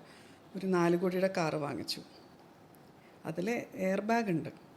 സീറ്റ് ബെൽറ്റ് ഇട്ടാലല്ലേ എയർ ബാഗ് വർക്ക് ചെയ്യുള്ളൂ. സീറ്റ് ബെൽറ്റ് ഉണ്ട് എന്ന് തന്നെ അറിയാത്ത ആളെടുത്ത് ഓടിക്കാൻ പഠിച്ചിട്ടുമില്ല. ഇടിച്ചാൽ വല്ല രക്ഷയുണ്ടോ? ഇല്ല. അത്രയേ ഉള്ളൂ. എല്ലാ കാര്യവും പഠിക്കണം, എവറിത്തിങ്. അത് it depends on who is using it, what is the knowledge of the user. തീർച്ചയായിട്ടും അതിന് ഇമ്പോർട്ടൻസ് ഉണ്ട്. Just because you paid a lot doesn't ensure security. IPhone ആണോ ആൻഡ്രോയിഡ് ആണോ സേഫ് എന്നുള്ളത് ഒരുപാട് ചോദ്യം വരുന്ന ഒരാളാണ്. ഐഫോണിലാണെങ്കിലും ആൻഡ്രോയിഡിലാണെങ്കിലും നിങ്ങൾ ഇത്തരം ആപ്സ് ഡൗൺലോഡ് ചെയ്തു, ലിങ്ക് വഴി നിങ്ങൾ ഓപ്പൺ ചെയ്യാണ്, ഐഫോൺ എങ്ങനെ റെസ്പോൺസിബിലിറ്റി എടുക്കും? ഐഫോൺ ആരും റെസ്പോൺസിബിലിറ്റി എടുക്കില്ല. അത്രയേ ഉള്ളൂ. നിങ്ങളാണിത് ചെയ്യണത്. വീടെല്ലാം പണിതു, ഒക്കെ ശരിയാണ്, ഒരു 5 പൂട്ടും വെച്ചിട്ടുണ്ട്, പൂട്ടാതെ നിങ്ങൾ ഇറങ്ങിപ്പോയി, പരസ്യവും കൊടുത്തു, ഞാൻ പൂട്ടാൻ മറന്നു, വീട്ടിനകത്ത് ഇത്രയും ക്യാഷ് ഇരിപ്പുണ്ട്, ഇത്ര ഗോൾഡ് ഉണ്ട്, അതൊക്കെ വെച്ചിട്ടുള്ള സ്ഥലമുണ്ട്. ആൾ കയറിയാൽ പിന്നെ അതിനെ മോഷണം തന്നെ വിളിക്കുക. മോഷണം എന്നുള്ളതിനെ മാറ്റമൊന്നുമില്ല. But who is responsible? നമ്മൾ എത്ര കൂടിയ ഫോൺ അല്ലെങ്കിൽ ഏത് ബ്രാൻഡിൻ്റെ ഫോൺ വാങ്ങിയെന്ന് പറഞ്ഞാലും ബൈ ഡിഫോൾട്ട് നമ്മൾ സേഫ് ആകുന്നില്ല. നമ്മൾ ആ സേഫ്റ്റി മെഷേഴ്സിനെ പറ്റി പഠിച്ച് അത് എൻഗേജ് ചെയ്ത് ആ ഒരു ഡിജിറ്റൽ ഹൈജീൻ കീപ്പ് ചെയ്താൽ മാത്രമേ നമ്മൾ സേഫ് ആകുന്നു എന്നുള്ളതാണ് അതിൻ്റെ ആൻസർ. പണ്ട് കുറച്ച് നാൾ മുമ്പൊക്കെ നമ്മൾ സിസ്റ്റം വാങ്ങിച്ച് കഴിഞ്ഞാൽ ആൻറ്റിവൈറസ് ഇൻസ്റ്റാൾ ചെയ്യും, എന്നിട്ട് അത് ഓഫ് ചെയ്തിടും, കാരണം സിസ്റ്റം സ്ലോ ആക്കും. അപ്പോൾ 2 സെക്കൻഡ് വെയിറ്റ് ചെയ്യാൻ പറ്റാന്നില്ല എന്നുള്ളത് അത് ഓഫ് ചെയ്തിടും. എന്നിട്ട് എന്തെങ്കിലും പറ്റിക്കഴിഞ്ഞാൽ ആൻറ്റിവൈറസ് വാങ്ങിച്ചിട്ടുണ്ടെന്ന് കാശ് കൊടുത്തിട്ടുണ്ട്, സിസ്റ്റത്തിനും കാശ് കൊടുത്തിട്ടുണ്ട്, ആൻറ്റിവൈറസിനും കാശ് കൊടുത്തിട്ടുണ്ട്. ഇതിലും തമാശ എന്താ വെച്ചാൽ സിസ്റ്റത്തിനും പൈസ കൊടുത്തിട്ടുണ്ടാവും, ആൻറ്റിവൈറസിനും പൈസ കൊടുത്തിട്ടുണ്ടാവും, ഓപ്പറേറ്റിംഗ് സിസ്റ്റത്തിനും പൈസ കൊടുത്തിട്ടുണ്ടാവില്ല. ഓക്കെ, ജെയിൽ ബ്രേക്ക് ആയിട്ടുള്ള OS ആയിരിക്കും. അപ്പോൾ അത് സെക്യൂരിറ്റി ഇഷ്യൂസ് വരും. എനിക്ക് ചോദിക്കാനുള്ള ഒരു വളരെ പ്രാക്ടിക്കൽ ആയിട്ടുള്ള ഒരു ക്വസ്റ്റനാണ്. ഇപ്പോൾ പുതിയൊരു സ്മാർട്ട് ഫോൺ വാങ്ങിക്കുന്ന ഒരാൾ, ഞാനിപ്പോൾ ഒരു പുതിയ സ്മാർട്ട് ഫോൺ വാങ്ങിക്കുകയാണെങ്കിൽ ഞാൻ ഉറപ്പായിട്ടും അതിൽ ചെയ്യേണ്ട സേഫ്റ്റി മെഷേഴ്സ് എന്തൊക്കെയാണ്? ഇത്തരമുള്ള ആ ഫോണിൻ്റെ ആ ഒരു ഹാൻഡ്സെറ്റിൻ്റെ കുറേ ഫീച്ചേഴ്സ് ഉണ്ടാവും, അത് പഠിക്കണം നമ്മൾ. തീർച്ചയായിട്ടും അത് ഫുൾ പഠിക്കണം, അത് ഫുൾ ആക്ടിവേറ്റ് ചെയ്യണം. പിന്നെ പറ്റുമെങ്കിൽ ഈ പറയുന്ന പോലെ ഒരു ഡിവൈസ് സെഗ്രിഗേഷൻ ചെയ്യണം. ഏത് ഹാൻഡ്സെറ്റിൽ ഏത് നമ്പേഴ്സ് നമ്മൾ കൊടുക്കുന്നു, ഏത് ഹാൻഡ്സെറ്റ് ഏത് ഇമെയിൽ ഐഡിയിലേക്ക് നമ്മൾ കണക്ട് ചെയ്യുന്നു, ഇതെല്ലാം വളരെ ഇമ്പോർട്ടൻ്റ് ആണ്. ഇപ്പോൾ ഞാൻ എൻ്റെ തന്നെ എക്സ്പീരിയൻസ് പറയാം. എനിക്ക് ഡിജിറ്റൽ അറസ്റ്റിൻ്റെ കോൾ വന്നു.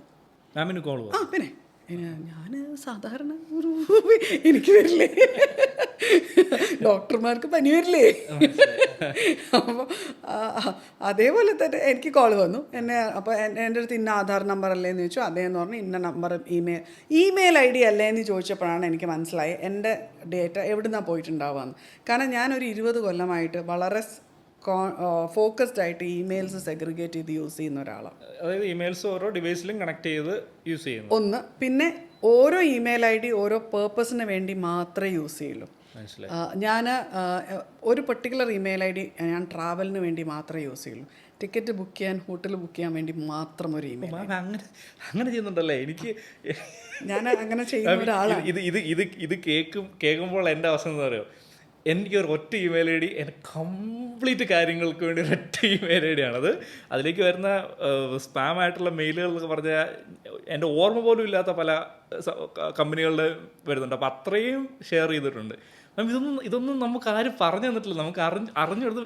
ഞാൻ ആദ്യമായിട്ടാണ് ഇമെയിൽ സെഗ്രിഗേഷൻ. ഞാൻ കുറേ കാലം മുമ്പൊക്കെ പറഞ്ഞിരുന്നപ്പോൾ ഭ്രാന്താന്നാ പറഞ്ഞിരുന്നത്. എനിക്ക് സത്യം അത് ഒരുപാട് കേട്ടിട്ടുണ്ട് അതുപോലെ. Because unnecessarily who is goin to remember all these things, who is goin to remember all the passwords എന്നൊക്കെ പറഞ്ഞിട്ടുള്ള കാര്യങ്ങൾ കേട്ടിട്ടുണ്ട്. പക്ഷെ ഞാൻ അതങ്ങനെ വളരെ കൃത്യമായിട്ട് ചെയ്യുന്ന ഒരാളാണ് ഈ ഫീൽഡിൽ വന്നതിന് ശേഷം കേട്ടോ.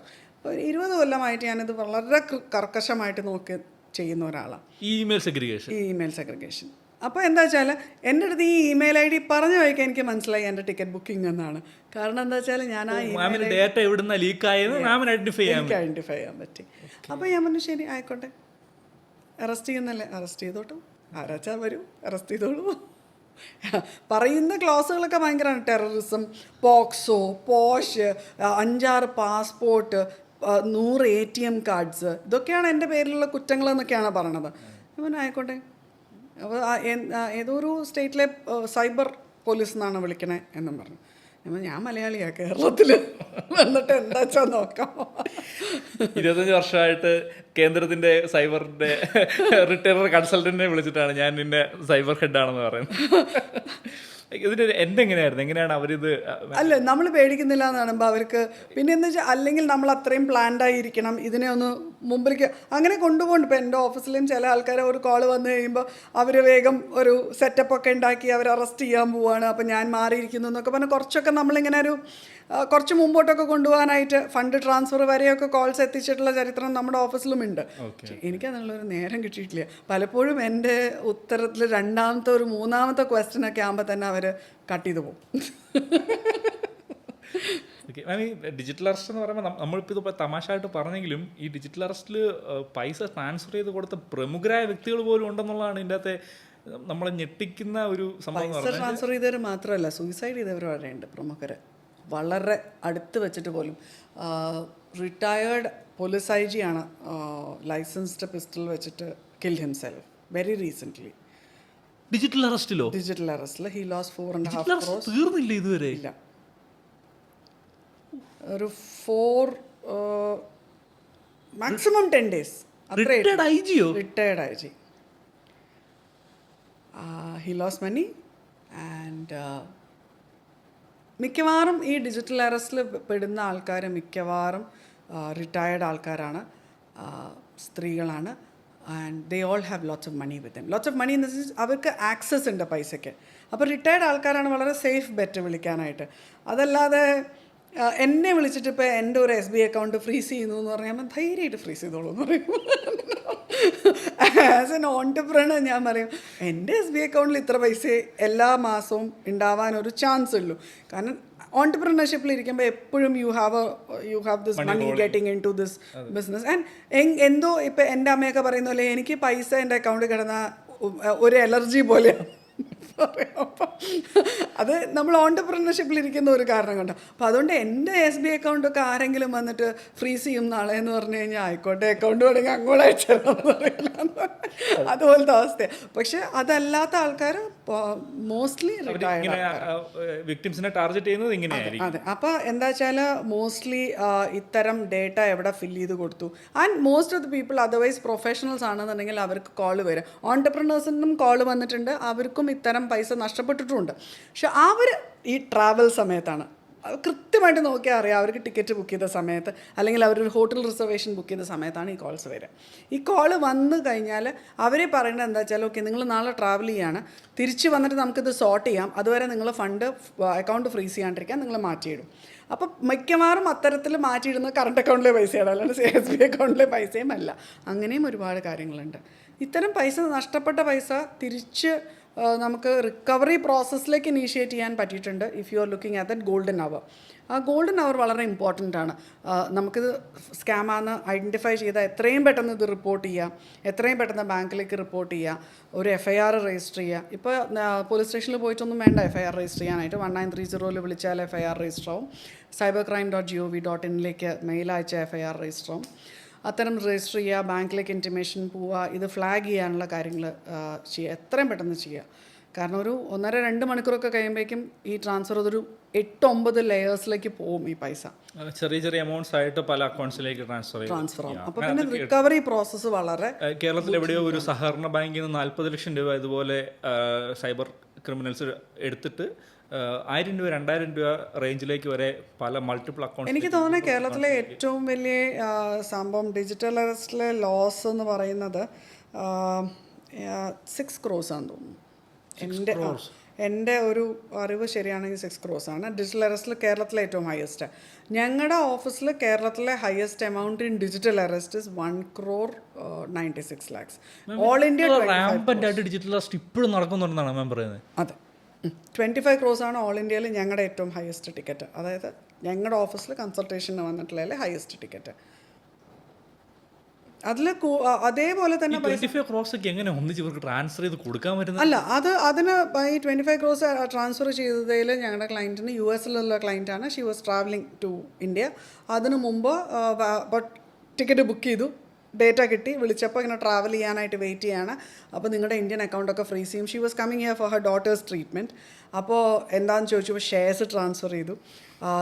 അവരുടെ ഇന്ത്യയിൽ ഒരു മെട്രോയിലുള്ള അവരുടെ ഒരു ഫ്ലാറ്റിൻ്റെ ആധാരം അവർ കൊടുത്തിട്ട് അതിൻ്റെ പൈസ ട്രാൻസ്ഫർ ചെയ്തു.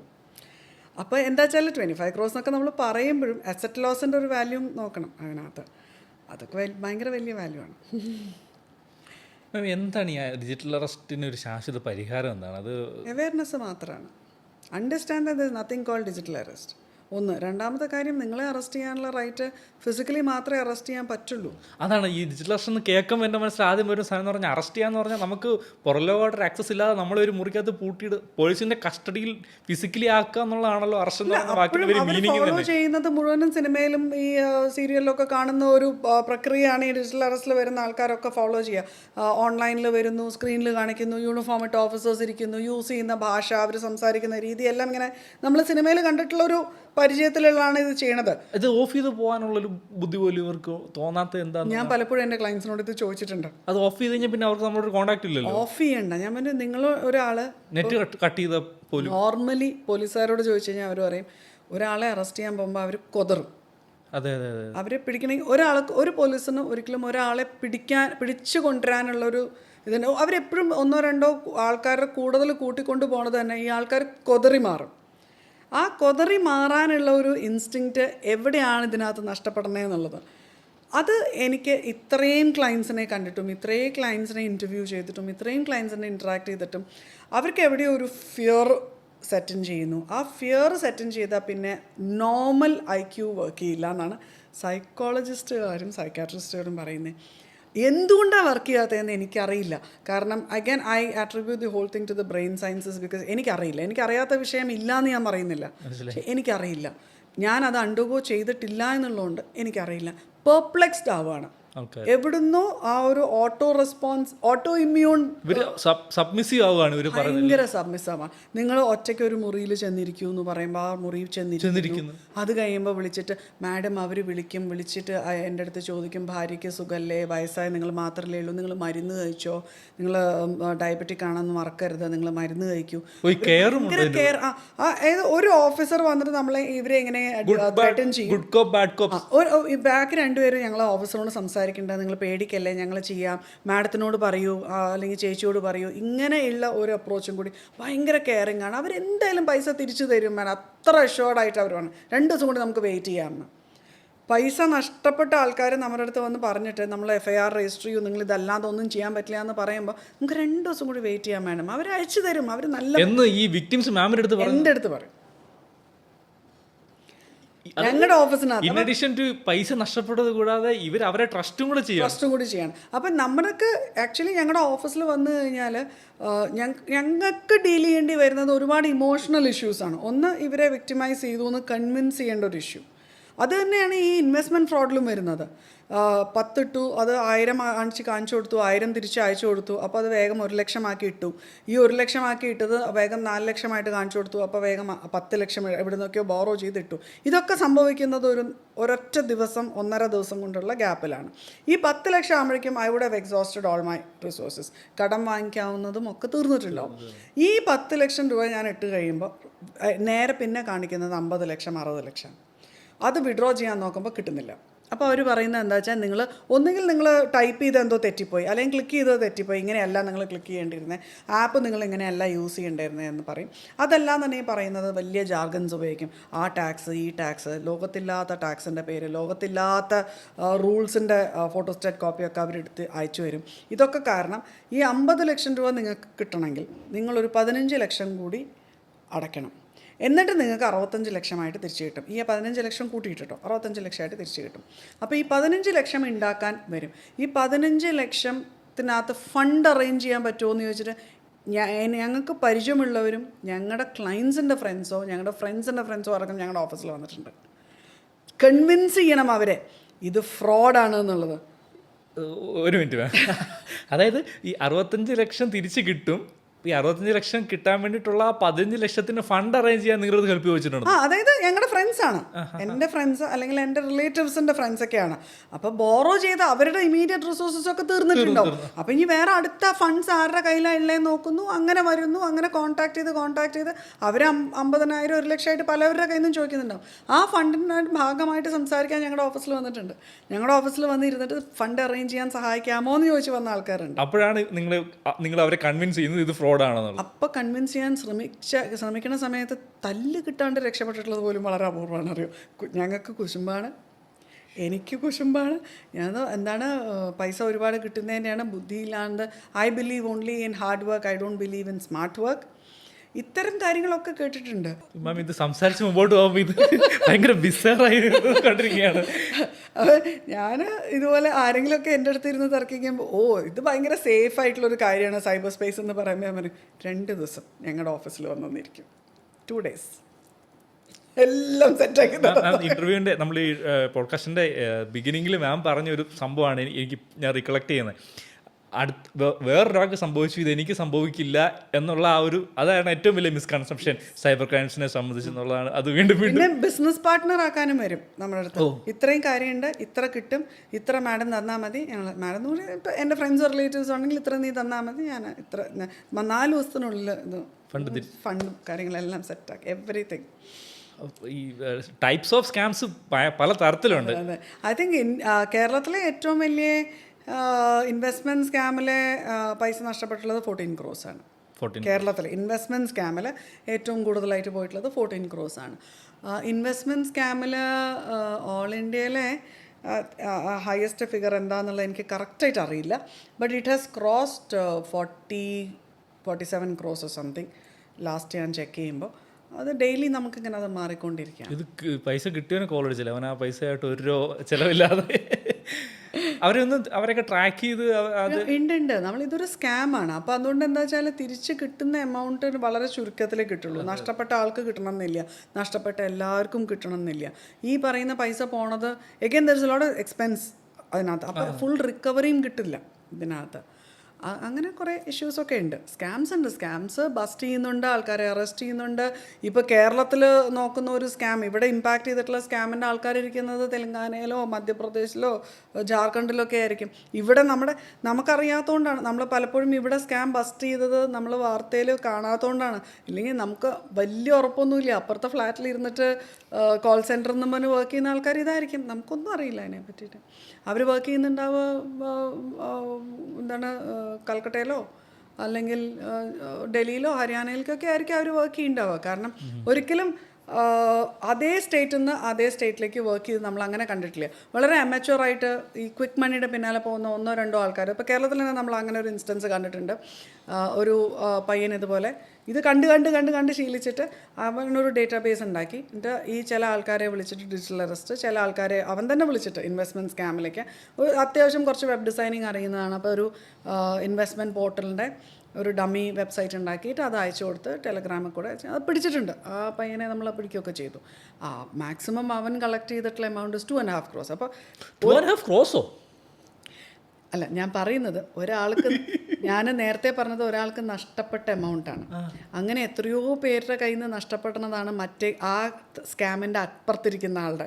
മാം ഞാൻ പറയട്ടെ, മാം പറഞ്ഞില്ല അവൻ മാക്സിമം കളക്ട് ചെയ്തത് 2.5 lakhs എന്നാണ് ഞാൻ കേൾക്കാൻ വേണ്ടി.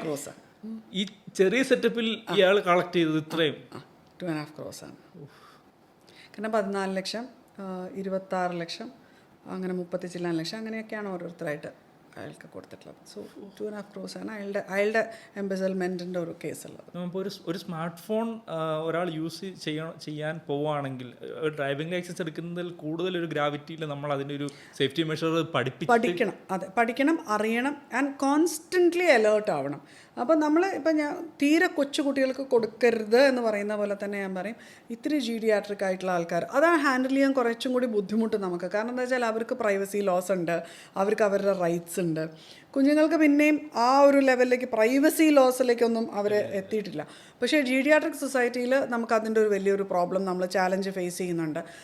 നമ്മളിപ്പോൾ ട്രസ്റ്റിൻ്റെ വാൻസോനകത്ത് നമ്മൾ നടക്കുന്ന സമയം നമ്മൾ പലപ്പോഴും ഹാൻഡിൽ ചെയ്യാൻ ബുദ്ധിമുട്ട് തോന്നില്ല. ഇപ്പോൾ നമുക്കൊരു പേരൻ്റൽ കൺട്രോൾ ആപ്പ് കുട്ടികളുടെ ഫോണിൽ അല്ലെങ്കിൽ കുട്ടികളുടെ ഇൻ്റർനെറ്റ് ഡിവൈസസിലേക്ക് നമുക്കത് സെറ്റ് ചെയ്ത് കൊടുക്കാം. പക്ഷേ ഒരിക്കലും ഒരു ജീഡിയാട്രിക് ആൾക്കാർക്ക് നമുക്കത് ചെയ്യാൻ പറ്റില്ല. അതൊരു കൺവിൻസിങ് മെക്കാനിസമാണ്. ഇപ്പം ഞാൻ എൻ്റെ അമ്മയ്ക്ക് ഒന്നും കൊടുത്തിട്ടില്ല. ഇൻ്റർനെറ്റ് ഉണ്ട് of course, and she can do anything she wants on the Facebook or WhatsApp, but she can do nothing else.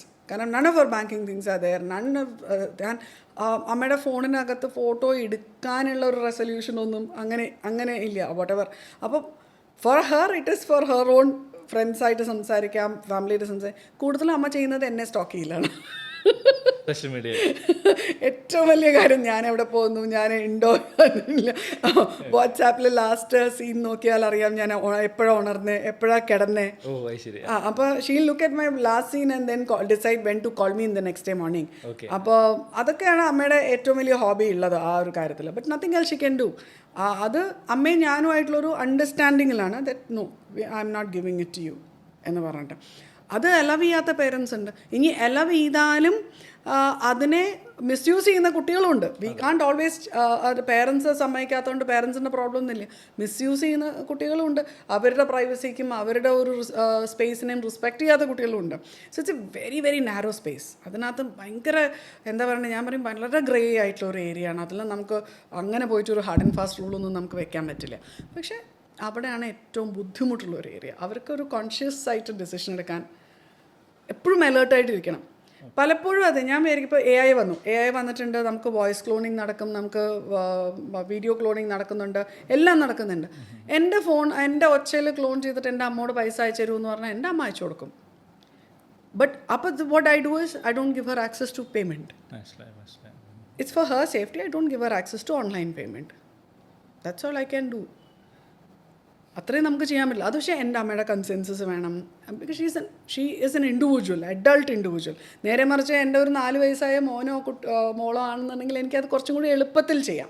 വേണ്ടാന്ന് പറഞ്ഞാൽ താൽക്കാലം കേൾക്കൂ, മൈ ഹൗസ് മൈ റൂൾസ് എന്നൊക്കെ പറഞ്ഞിട്ട് ഇങ്ങനെ ചില ടൈറൻസി ഒക്കെ കാണിക്കാം. ഞാൻ കാണിച്ചിട്ടുണ്ട് കേട്ടോ, എൻ്റെ വീട്ടിലൊക്കെ ഞാൻ കാണിച്ചിട്ടുണ്ട്.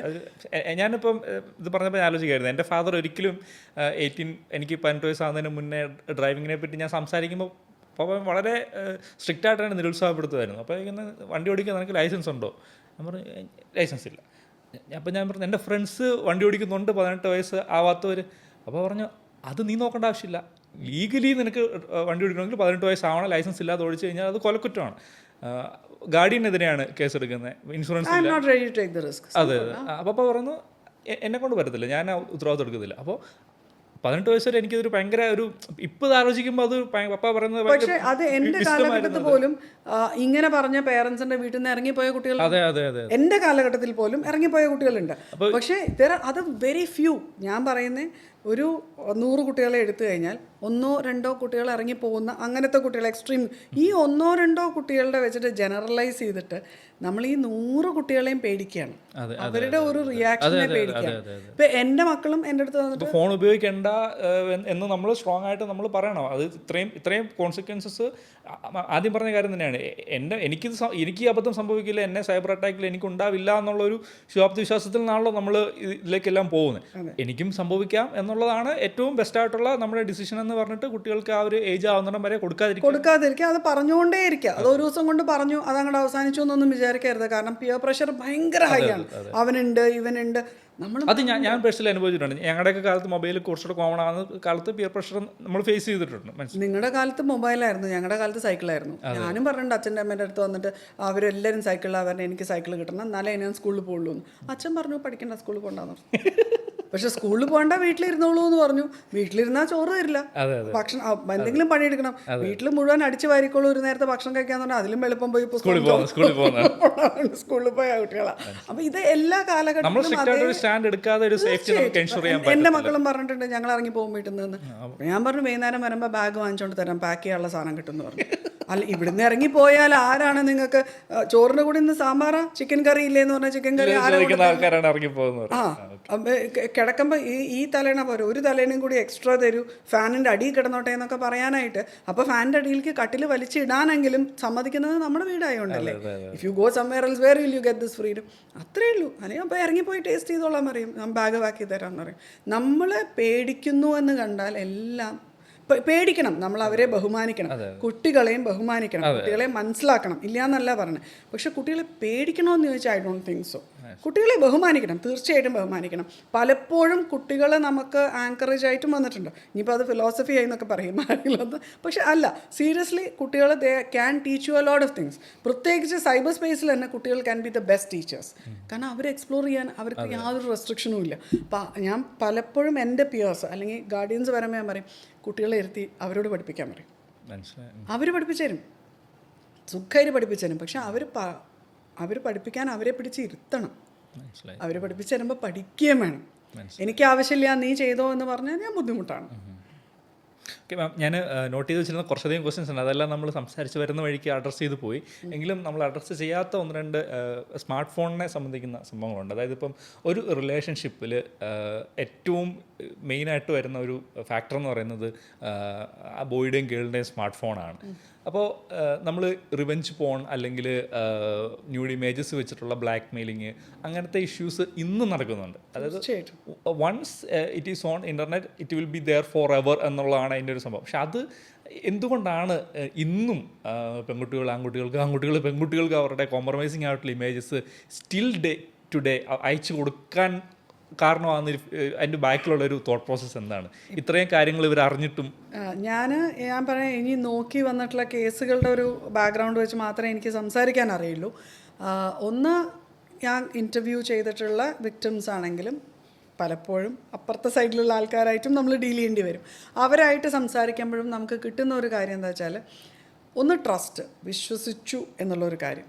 രണ്ട്, ആ സമയത്ത് at that particular point of time establishing trust ഭയങ്കര ഇമ്പോർട്ടൻ്റാണ്.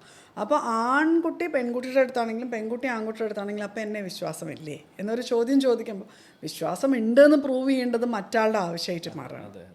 അവിടെ ഒരു ഡിജിറ്റൽ റീസൺ ആയിട്ട് വരരുത് എന്നുള്ളതുകൊണ്ട് മാത്രം അവർ ചെയ്യണതാണെന്നാണ് ഒന്ന്. ചെയ്യണോ എന്ന് ചോദിച്ചാൽ the feminist in me will say don't, you don't have to prove anything. അങ്ങനെ പ്രൂവ് ചെയ്തിട്ട് വേണ്ട ഒരു റിലേഷൻഷിപ്പും കയറി പോകാനായിട്ട് എന്നുള്ളതാണ് ഇപ്പോൾ ഈ ഒരു പ്രായത്തിൽ ഡെഫിനറ്റ്ലി ഞാൻ പറയും. ഇത് വളരെ ചെറുപ്പത്തിലുള്ള കുട്ടികൾക്ക് ഫോളോ ചെയ്യാൻ പറ്റുമോ എന്ന് ചോദിച്ചാൽ എനിക്ക്, പക്ഷേ എൻ്റെ സങ്കടം നമ്മുടെ ഓഫീസിൽ വരുന്ന ഒരു ഇഷ്യൂ എന്താ വെച്ചാൽ ഈ ഇത്തരം കേസുകൾക്ക് പ്രായഭേദമന്യേ നമ്മൾ കാണുന്നു എന്നുള്ളതാണ്. ടീനേജിൽ വരുന്നു അല്ലെങ്കിൽ 20s വരുന്നു എന്നുള്ളതല്ല, പലപ്പോഴും ഇത്തരം റിലേഷൻഷിപ്പ് ഇഷ്യൂസ് 40s-ലും 60s-ലും വരെയും നമ്മൾ കാണുന്നുണ്ട്. എക്സ്പ്ലിസിറ്റ് ഇമേജസ് ഷെയർ ചെയ്ത് സേവ് ചെയ്ത് വെക്കുന്നു എന്നുള്ളത്. ഇപ്പോൾ 1-2 മർഡർ കേസസ് ഞങ്ങൾ സൂയിസൈഡ് എന്ന് പറഞ്ഞ് ഡിക്ലെയർ ചെയ്ത കേസസ് റീഇൻവെസ്റ്റിഗേഷൻ വന്ന് ഞങ്ങളത് നോക്കണ സമയത്ത് that was because of certain illicit relationships the one of the parent had. ആ ഒരു പേരൻറ്റ് ഈ ഇങ്ങനൊരു റിലേഷൻഷിപ്പിൽ എൻ്റർ ചെയ്തു, എക്സ്ട്രാ മാരിറ്റൽ റിലേഷൻഷിപ്പിൽ എൻ്റർ ചെയ്തു. അതിൻ്റെ കോംപ്രമൈസിങ് ആയിട്ടുള്ള ഇമേജസും വീഡിയോസും ഉണ്ടായിരുന്നു, ഈതർ പാർട്ടിയുടെ കയ്യിലുണ്ടായിരുന്നു. അത് പുറത്ത് വരും എന്നുള്ളൊരു ടെൻഷനിലാണ് ഈ വിവരം അറിഞ്ഞ കുട്ടിയെ കൊന്നിട്ടുള്ളത്. It was a murder. അപ്പോൾ അതൊരു സൂയിസൈഡായിട്ട് എനിക്ക് വേണം. നമ്മുടെ ഇപ്പോഴത്തെ ഒരു മീഡിയയിൽ നമ്മൾ നോക്കുമ്പോൾ അത് അത്ര വലിയൊരു അതിശയമായിട്ടൊന്നും നോക്കേണ്ട കാര്യമില്ല തോന്നുന്നു. അതായത് പേരൻസ് ഇമേജസ് കണ്ട കുട്ടീനെ കൊന്നു എന്നുള്ളത്. കുട്ടി ഇത്തരം ഇമേജസ് പേരൻസിൻ്റെ ഫോണിൽ കണ്ടു. ആ കണ്ടു എന്നുള്ളതുകൊണ്ട് കുട്ടിയുടെ അടുത്ത് മാൻ ഹാൻഡിൽ ഒറ്റ ചെയ്തിട്ടുള്ളതിൽ കുട്ടി മരിച്ചു പോകുന്നു, എന്നിട്ട് അതിന് ശേഷം സൂയിസൈഡാണെന്ന് വരുത്തി തീർക്കുന്നു എന്നുള്ളതാണ്. അപ്പോൾ സൂയിസൈഡാന്ന് പറഞ്ഞാൽ പലപ്പോഴും ക്ലോസ് ചെയ്തിട്ടുള്ള 1-2 ഇഷ്യൂസൊക്കെയാണ് ഞങ്ങളത് റീഇൻവെസ്റ്റിഗേറ്റ് ചെയ്തിട്ടുള്ളത്. അങ്ങനെ വരുന്ന സമയത്തും ഇത്തരം കാര്യങ്ങൾ കണ്ടിട്ടുണ്ട്. അപ്പോൾ അതൊന്നും അത്ര ചെറിയ മക്കളും അല്ല, അത്ര വളരെ യങ് ആയിട്ടുള്ള കപ്പിളും അല്ല ഇതിനകത്തൊന്നും ഇൻവോൾവ് ആയിട്ടുള്ളത്. അപ്പോൾ പ്രായഭേദം എസ്റ്റാബ്ലിഷ് ചെയ്യാനായിട്ടുള്ള ആഗ്രഹം അതാണ് ഇതിനകത്ത് ഏറ്റവും റൂട്ട് കോസ് എന്നാണ് നമുക്ക് മനസ്സിലാക്കുന്നത്. അതേപോലെ തന്നെ ഇപ്പോൾ ഹണി ട്രാപ്പ് എന്ന് പറയുന്ന ഒരു കാര്യത്തിൽ വളരെ സിമ്പിളായിട്ട് ചെയ്യുന്ന കാര്യമാണ് ഇത്തരം എക്സ്പ്ലിസിറ്റ് ഇമേജസ് അല്ലെങ്കിൽ കോംപ്രമൈസിങ് ഇമേജസ് അല്ലെങ്കിൽ വീഡിയോസ് എടുക്കുക, എന്നിട്ട് അത് വെച്ച് ബ്ലാക്ക് മെയിൽ ചെയ്യുക. ഈ പവറിലുള്ള പവർ പൊസിഷനിലിരിക്കുന്ന ആൾക്കാരെ ബ്ലാക്ക് മെയിൽ ചെയ്യാൻ ഏറ്റവും ഞാൻ ഈ ചോദിക്കാനുള്ളതെന്ന് വെച്ച് കഴിഞ്ഞാൽ ഇപ്പം ഒരു റിലേഷൻഷിപ്പിൽ ആയിരിക്കുന്ന ഒരു പെൺകുട്ടിയുടെ എക്സ്പ്ലിസിറ്റ് ഇമേജസ് ലീക്ക് ചെയ്യുമെന്ന് അവളുടെ ബോയ് ഫ്രണ്ട് ത്രട്ടൺ ചെയ്യുകയാണെങ്കിൽ ആ കുട്ടി ഇമ്മീഡിയറ്റ്ലി ചെയ്യേണ്ടത് എന്താണ്? റിപ്പോർട്ട് ചെയ്യുക. അതിനകത്ത് പെൺകുട്ടിയെന്നില്ല, ആൺകുട്ടിയാണെങ്കിലും പെൺകുട്ടിയാണെങ്കിലും threatening and blackmailing same ഇമ്പാക്റ്റാണ്. എക്സ്പ്ലിസിറ്റ് ആയിട്ടുള്ള വൾണറബിൾ പിക്ചേഴ്സ് സേവ് ചെയ്ത് വെക്കുന്നത് തെറ്റാണ്. അഡൾട്ട് പിക്ചേഴ്സ് ആണെങ്കിൽ for own consumption pornography is allowed in India. Child pornography is completely banned. ഇനി ചൈൽഡ് പോർണോഗ്രഫിയിൽ വേറെയും ഒരു ക്വസ്റ്റ്യൻ ഉണ്ട്. പലരും വിചാരിച്ചിട്ടുള്ളത് കുട്ടികളുടെ പോർണോഗ്രഫിക് കണ്ടൻറ്റ് കൺസ്യൂം ചെയ്താലാണെന്നാണ് പ്രോബ്ലം, അല്ലെങ്കിൽ കുട്ടികളെ നമ്മൾ സെക്ഷുവലി എക്സ്പ്ലോയിറ്റ് ചെയ്താൽ എന്നുള്ളതാണ്. അതല്ല, കുട്ടികളെ സെക്ഷുവലി എക്സ്പ്ലിസിറ്റ് കണ്ടൻറ്റിലേക്ക് എക്സ്പോസ് ചെയ്യുന്നതും ചൈൽഡ് പോർണോഗ്രഫിയാണ്, അതും ചൈൽഡ് പോർണോഗ്രഫി. അപ്പം അതിൻ്റെ ഇടയിലേക്ക് അതും കൂടി വരും. അങ്ങനെയുള്ള എന്ത് കാര്യമാണെങ്കിലും ക്രൈം തന്നെയാണ്. ഓക്കെ, ഇപ്പോൾ ഒരു പെൺകുട്ടിയുടെ എക്സ്പ്ലിസിറ്റ് ഇമേജ് ഉണ്ടെന്ന് പറഞ്ഞാൽ ബോയ് ഫ്രണ്ട് ബ്ലാക്ക് മെയിൽ ചെയ്താൽ, അല്ലെങ്കിൽ പെൺകുട്ടി ആൺകുട്ടീനെ ബ്ലാക്ക് മെയിൽ ചെയ്താൽ ഇമ്മീഡിയറ്റ്ലി പോയിട്ട് പോലീസിൽ റിപ്പോർട്ട് ചെയ്യുക. പോലീസ് മൈനർ ആണെങ്കിൽ you have to have an adult with you. അപ്പോൾ ആരെങ്കിലും കൺഫൈഡ് ചെയ്യാൻ പറ്റുന്ന ഒരു അഡൾട്ടിൻ്റെ അടുത്ത് കൺഫൈഡ് ചെയ്യുക. എന്നിട്ട് ഞാൻ ചോദിക്കുന്നത്, അപ്പോൾ ആ കുട്ടിയുടെ ഫോട്ടോസ് ഇതിൻ്റെ റിവെഞ്ചിൽ ഇയാൾ പബ്ലിഷ് ചെയ്തു എന്ന് വിചാരിക്കുക. അപ്പോൾ ഒരു ക്ലൗഡിൽ ഇയാൾ 7 years മുതൽക്ക് ശിക്ഷ വരും. 7 years മുതൽ ഇയാൾക്ക് ശിക്ഷ കിട്ടും. അത് ഞാൻ എങ്ങനെയാണ് പോലീസിന് അത് ഇയാളാണ് അത് സ്പ്രെഡ് ചെയ്തതെന്ന് പ്രൂവ് ചെയ്യാൻ? ഒരു ഫോട്ടോ അനാലിസിസ് നടത്തി ആ ഫോട്ടോ എവിടുന്ന് എടുത്തതെന്നുള്ള അറിയാൻ പറ്റും.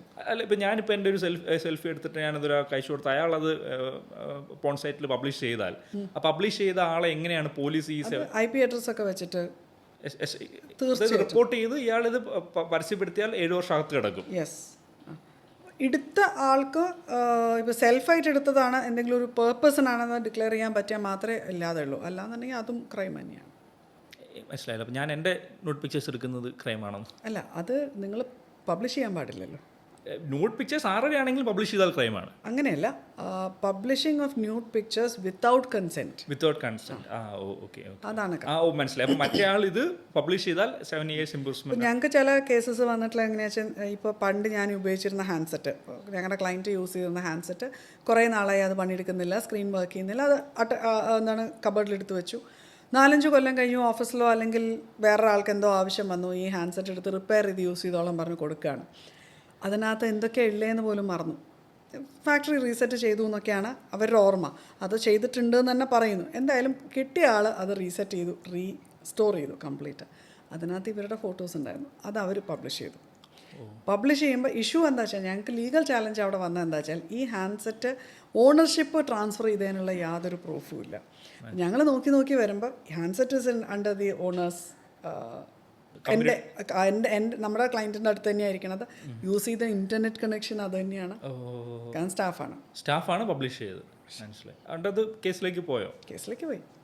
പക്ഷെ അത് പോകുമ്പോഴുള്ള ബുദ്ധിമുട്ടുകളാണ് ഞാൻ പറഞ്ഞത്. അപ്പോൾ ഇത് ചെയ്തതല്ലേ, ഇത് ക്രൈം അല്ലേ എന്നൊക്കെ പറയുമ്പോൾ ക്രൈമാണ്. പക്ഷെ അതിനെ ഒരു ലീഗലി നമ്മൾ എങ്ങനെ ബൈൻഡ് ചെയ്യുന്നുള്ളതിന് ഇത്തരം കാര്യങ്ങളെല്ലാം എല്ലാവരും ശ്രദ്ധിക്കണം. ഇപ്പോൾ ഓർഗനൈസേഷൻസ് ആണെങ്കിലും ഒരുപാട് ശ്രദ്ധിക്കേണ്ട ഒരുപാട് കാര്യങ്ങളുണ്ട്. ഡിജിറ്റലി നമ്മൾ ഡേറ്റ എവിടെ സേവ് ചെയ്യുന്നു, എന്ത് ഡേറ്റയാണ്, ഈ ഡേറ്റയുടെ ഓണർഷിപ്പ് ആരുടെ കയ്യിലാണ്, എങ്ങനെ നമ്മളിതിൻ്റെ ഗാഡ്ജറ്റ് ട്രാൻസ്ഫർ നടത്തുന്നു, എങ്ങനെ ഗാഡ്ജറ്റിലെ ഡേറ്റ ഡിസ്ട്രക്ഷൻ നടക്കുന്നു, എങ്ങനെ ഗാഡ്ജറ്റ് ഡിസ്ട്രക്ഷൻ, ഇതെല്ലാം വളരെ ഇമ്പോർട്ടൻ്റ് ആണ്. അതായത് ഇപ്പോൾ ഞാൻ ഉപയോഗിക്കുന്ന ഒരു smart phone at no reason വേറൊരാൾക്ക് ഇത് സെക്കൻഡ് ഹാൻഡ് ആയിട്ട് ഉപയോഗിക്കാൻ കൊടുക്കാതിരിക്കുക നിവൃത്തി ഉണ്ടെങ്കിൽ അതല്ലേ മാം എൻ്റെ ഒരു... ഞാൻ കൊടുക്കാറില്ല.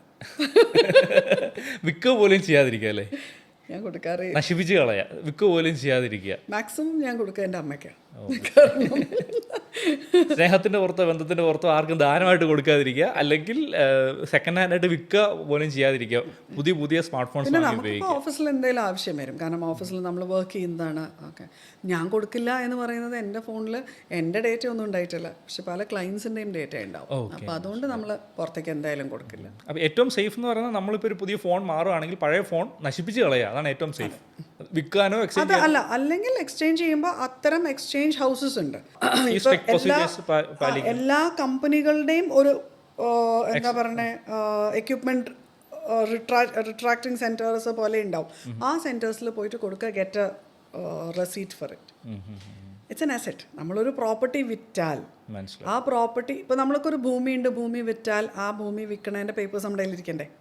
അതേപോലെ തന്നെയാണ് ഇതൊരു അസെറ്റാണ്. ഒരു വണ്ടിയുടെ RTO ഓണർഷിപ്പ് മാറുന്ന പോലെ തന്നെ. അപ്പോൾ അതിൻ്റെ ആ സെക്കൻഡ് ഹാൻഡ് ഫോൺ എക്സ്ചേഞ്ച് ചെയ്യുകയാണെങ്കിൽ പോലും ഡേറ്റ റെസ്ട്രിക്ഷൻ ചെയ്തു എന്ന് ഉറപ്പാക്കിയിട്ട് മാത്രം.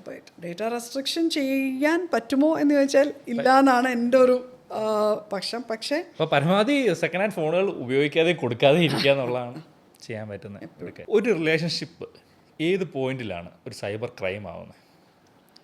അവർ തമ്മിൽ തെറ്റുമ്പോൾ അത്രയും സൈബർ ക്രൈം. തെറ്റിയാൽ ഇമ്മീഡിയറ്റ്ലി സൈബർ ക്രൈമാണ്. അത് എത്ര ചെറുപ്പത്തിലാണെങ്കിലും എത്ര പ്രായത്തിലാണെന്നുണ്ടെങ്കിലും. വളരെ അതിപ്പോൾ ഇന്നൊരു റിലേഷൻഷിപ്പ്, ഞാൻ ഒരു റൊമാൻറ്റിക് റിലേഷൻഷിപ്പ് എന്നൊന്നും പറയുന്നില്ല, ഫ്രണ്ട്സ് ആണെന്നുണ്ടെങ്കിൽ പോലും പലപ്പോഴും കുട്ടികളുടെ അടുത്ത് പോലും കാണുന്ന ഒരു കാര്യമാണ്, ഒരു സോഷ്യൽ മീഡിയ സൈറ്റ് ഉണ്ടാക്കും, അതിൻ്റെ പാസ്വേഡും യൂസർ നെയിമും പാസ്വേഡും എല്ലാവർക്കും ഷെയറിങ് ആണ്. എന്തിനാ അതിൻ്റെ ഒരു ആവശ്യം? ഇത് തെറ്റി കഴിയുമ്പോൾ എല്ലാവരുടെ ഗാഡ്ജറ്റിലും ഉണ്ടാവും ആരാ ചെയ്തതെന്നുള്ളതിനുള്ള ഒരു കാര്യം ഉണ്ടാവില്ല. മറ്റാൾ ചെയ്തു, ഇവർ ചെയ്തു, എന്ത് ചെയ്യുന്നു, അടുത്ത നിമിഷം ഞാൻ എങ്ങനെ റിയാക്ട് ചെയ്യുന്നു എനിക്കറിയില്ല ഞാൻ എങ്ങനെ റിയാക്ട് ചെയ്യുന്നു. അപ്പോൾ പിന്നെ നമ്മളെങ്ങനെയാണ് വേറൊരാളുടെ ട്രസ്റ്റ് ചെയ്യുന്നത്? അപ്പോൾ സ്ഥിരം എൻ്റെ അടുത്ത് വരുന്നൊരു ചോദ്യമാണ്, അപ്പോൾ അങ്ങനെയാകുമ്പോൾ മനുഷ്യർ തമ്മിൽ ട്രസ്റ്റ് ചെയ്യണ്ടേന്ന്. ട്രസ്റ്റ് ചെയ്യണം, പക്ഷേ നമ്മുടെ കയ്യിലല്ലാത്ത കാര്യത്തിനെ പറ്റി ട്രസ്റ്റ് ചെയ്യരുത്. നമ്മുടെ കയ്യിൽ എന്താണോ ഒതുങ്ങുന്നത് അതിനെപ്പറ്റി നമുക്ക് ധാരണ ഉണ്ടെങ്കിൽ മാത്രം ട്രസ്റ്റ് ചെയ്യാം. മാം, ഇപ്പോൾ സ്മാർട്ട് ഫോണുകൾ വിൽക്കുന്ന കടകൾ അല്ലെങ്കിൽ ഡീലേഴ്സ് അല്ലെങ്കിൽ സ്മാർട്ട് ഫോൺസിൻ്റെ റിവ്യൂ ചെയ്യുന്ന ഇൻഫ്ലുവൻസേഴ്സ് എല്ലാം അതിൻ്റെ സ്പെസിഫിക്കേഷൻസിനെ കുറിച്ചാണ് കൂടുതലും സംസാരിക്കുന്നത്. ഇന്ന ഫീച്ചറുണ്ട്, ഇന്ന ബാറ്ററി ഇത്രയാണ്. അപ്പോൾ അത് ഉപയോഗിക്കുന്ന ആൾക്കാരെ മനസ്സിൽ കണ്ടിട്ട് അത് ഉപയോഗിക്കാനായിട്ടുള്ളൊരു ഗൈഡൻസ്, സേഫായിട്ട് ഉപയോഗിക്കാനായിട്ടുള്ള പല മേഖലയിലുള്ള ഗൈഡൻസ് വളരെ ആവശ്യമായിട്ടുള്ളൊരു കാലഘട്ടമാണല്ലോ. അപ്പോൾ അങ്ങനത്തെ ഒരു ടൈപ്പ് ഓഫ് കണ്ടൻസ് വരേണ്ടതല്ലേ? അതിനെ പറ്റിയിട്ട് എന്താണ് മാമിന് പറയാനുള്ളത്? വരേണ്ടതാണ്. അത് ഇത്തരം ഇൻഫ്ലുവൻസേഴ്സ് ചെയ്യുന്ന ആൾക്കാർ അത് എന്തുകൊണ്ട് ചെയ്യുന്നില്ല എന്നുള്ളത് എനിക്കറിയില്ല. ചിലപ്പോൾ അതിന് ബയേഴ്സ് ഇല്ലായിരിക്കും. ഇപ്പോൾ ഈ പറഞ്ഞ പോലെ ഞങ്ങളുടെ ട്രസ്റ്റ് ഉണ്ട്, അവാൻസോ ട്രസ്റ്റ് ഉണ്ടെന്ന് പറഞ്ഞല്ലോ, ഞങ്ങൾ കൊല്ലങ്ങളായി ഈ പറയുന്ന പോലെ സേഫ്റ്റി മെഷേഴ്സ് സ്കൂൾസിലേക്ക് വേണം, കുട്ടികൾക്ക് വേണം, അല്ലെങ്കിൽ നമ്മുടെ ഏറ്റവും കുറവ് വ്യൂവർഷിപ്പ് ഉള്ളത് ഞങ്ങളുടെ NGOൻ്റെ ചാനലിനായിരിക്കും, അല്ലെങ്കിൽ ടിപ്സിനായിരിക്കും. നമ്മളൊരു പോസ്റ്റ് ഇട്ട് കഴിഞ്ഞാൽ, ടിപ്പിൻ്റെ ഒരു പോസ്റ്റ് ഇട്ട് കഴിഞ്ഞാൽ 2 or 3 പേര് പോലും അത് വന്നിട്ടൊന്ന് ലൈക്ക് ചെയ്യുന്നില്ല, അത് ഇല്ല. പക്ഷെ നേരെ മറിച്ച് എൻ്റെ ഒരു ഫോട്ടോ ഇട്ടാൽ അതിൻ്റെ ഇടയിൽ ഒരു 40 പേര് വരും. എന്താ അതിനകത്ത് കാര്യം എന്നറിയില്ല. ഇതൊരു സ്റ്റഡി ചെയ്തിട്ടുള്ള ഒരു കാര്യമാണ് ഞാനീ പറഞ്ഞത്. അപ്പോൾ നമ്മുടെ ഓർഗനൈസേഷനിൽ എന്തുകൊണ്ടാണ് അങ്ങനെ ഉണ്ടാവണേ എന്നുള്ളത്.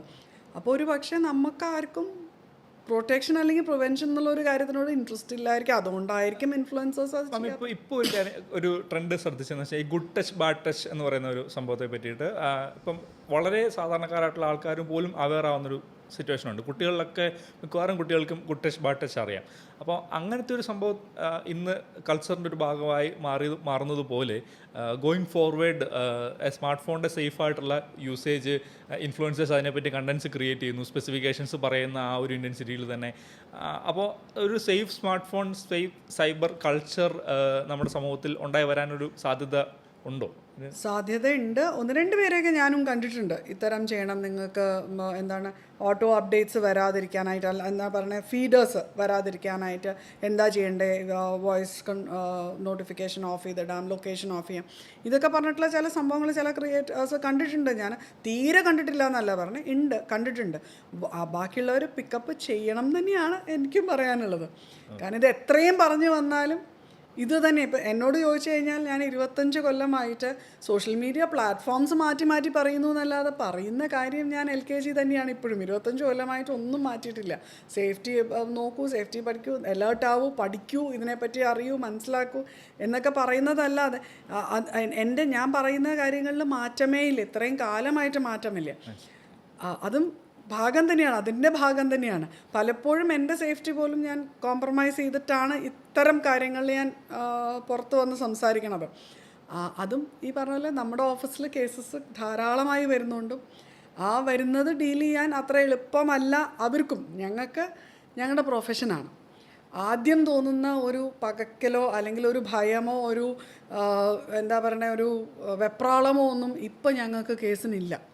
ഇപ്പോൾ ഒരു ക്ലയൻറ്റ് വരുന്നു, വന്നിരുന്ന് സംസാരിക്കുന്നു, അവർ കരയുന്നു, വന്നിരിക്കുമ്പോൾ തന്നെ ഞാൻ പറയും ഓക്കെ ഒരു ഗ്ലാസ് വെള്ളം കൊണ്ടു കൊടുക്കും. ഇത് ഇപ്പോൾ ഒരു റൂട്ടീനാണ് ഓഫീസിൽ. അവർ പറയുന്ന അവരൊരു കഥ ഇങ്ങനെ പറയും, ആ കഥ എന്തായാലും പറയിപ്പിക്കും. ഞങ്ങളുടെ ഓഫീസിൽ we start from A story narration. അപ്പോൾ ആ കഥ പറയുന്നിടത്ത് ആ കഥ അവർ നറേറ്റ് ചെയ്യുമ്പോൾ അവർ എത്ര ഇമോഷണലി പറയുകയാണെങ്കിലും ആ കഥയുടെ ഏത് ഭാഗത്താണ് ഞങ്ങൾ നോക്കേണ്ടതെന്ന് ഞങ്ങൾക്ക് ആ കഥ കേൾക്കുമ്പോൾ ഞങ്ങൾക്ക് കൃത്യമായിട്ട് അറിയാം. അത് ഞങ്ങളെ ഇമോഷണലി ഇഫക്റ്റ് ചെയ്യില്ല.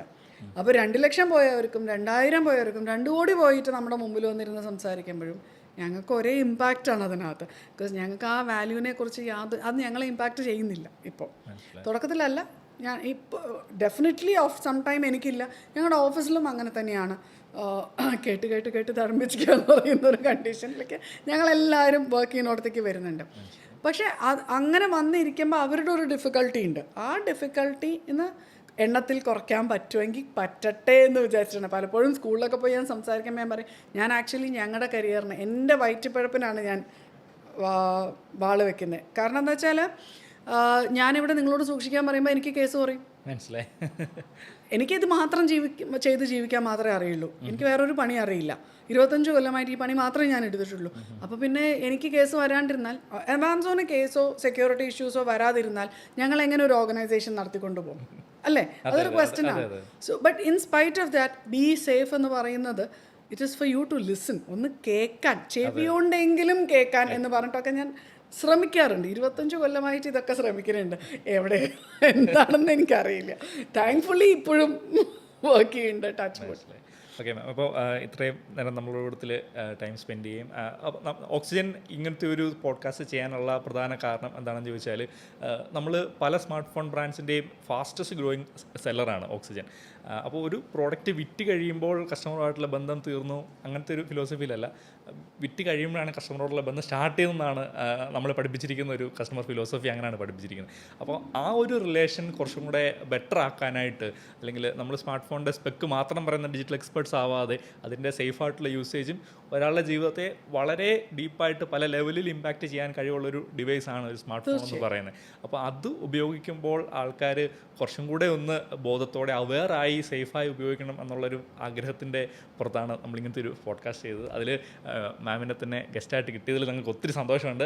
ഇന്ത്യയിലെ തന്നെ ഏറ്റവും അതോറിറ്റേറ്റീവായ, അത്ര ആത്മാർത്ഥമായി ധൈര്യത്തോടെ ടെക്നിക്കൽ നോളജ്, മികച്ച ടെക്നിക്കൽ നോളജോടെ ഈ ഒരു മേഖലയിൽ 25 വർഷമായിട്ട് പ്രവർത്തിക്കുന്ന ഒരു ഇൻഡിവിജ്വലിനാണ് നമുക്ക് പോഡ്കാസ്റ്റിൽ കിട്ടിയത്.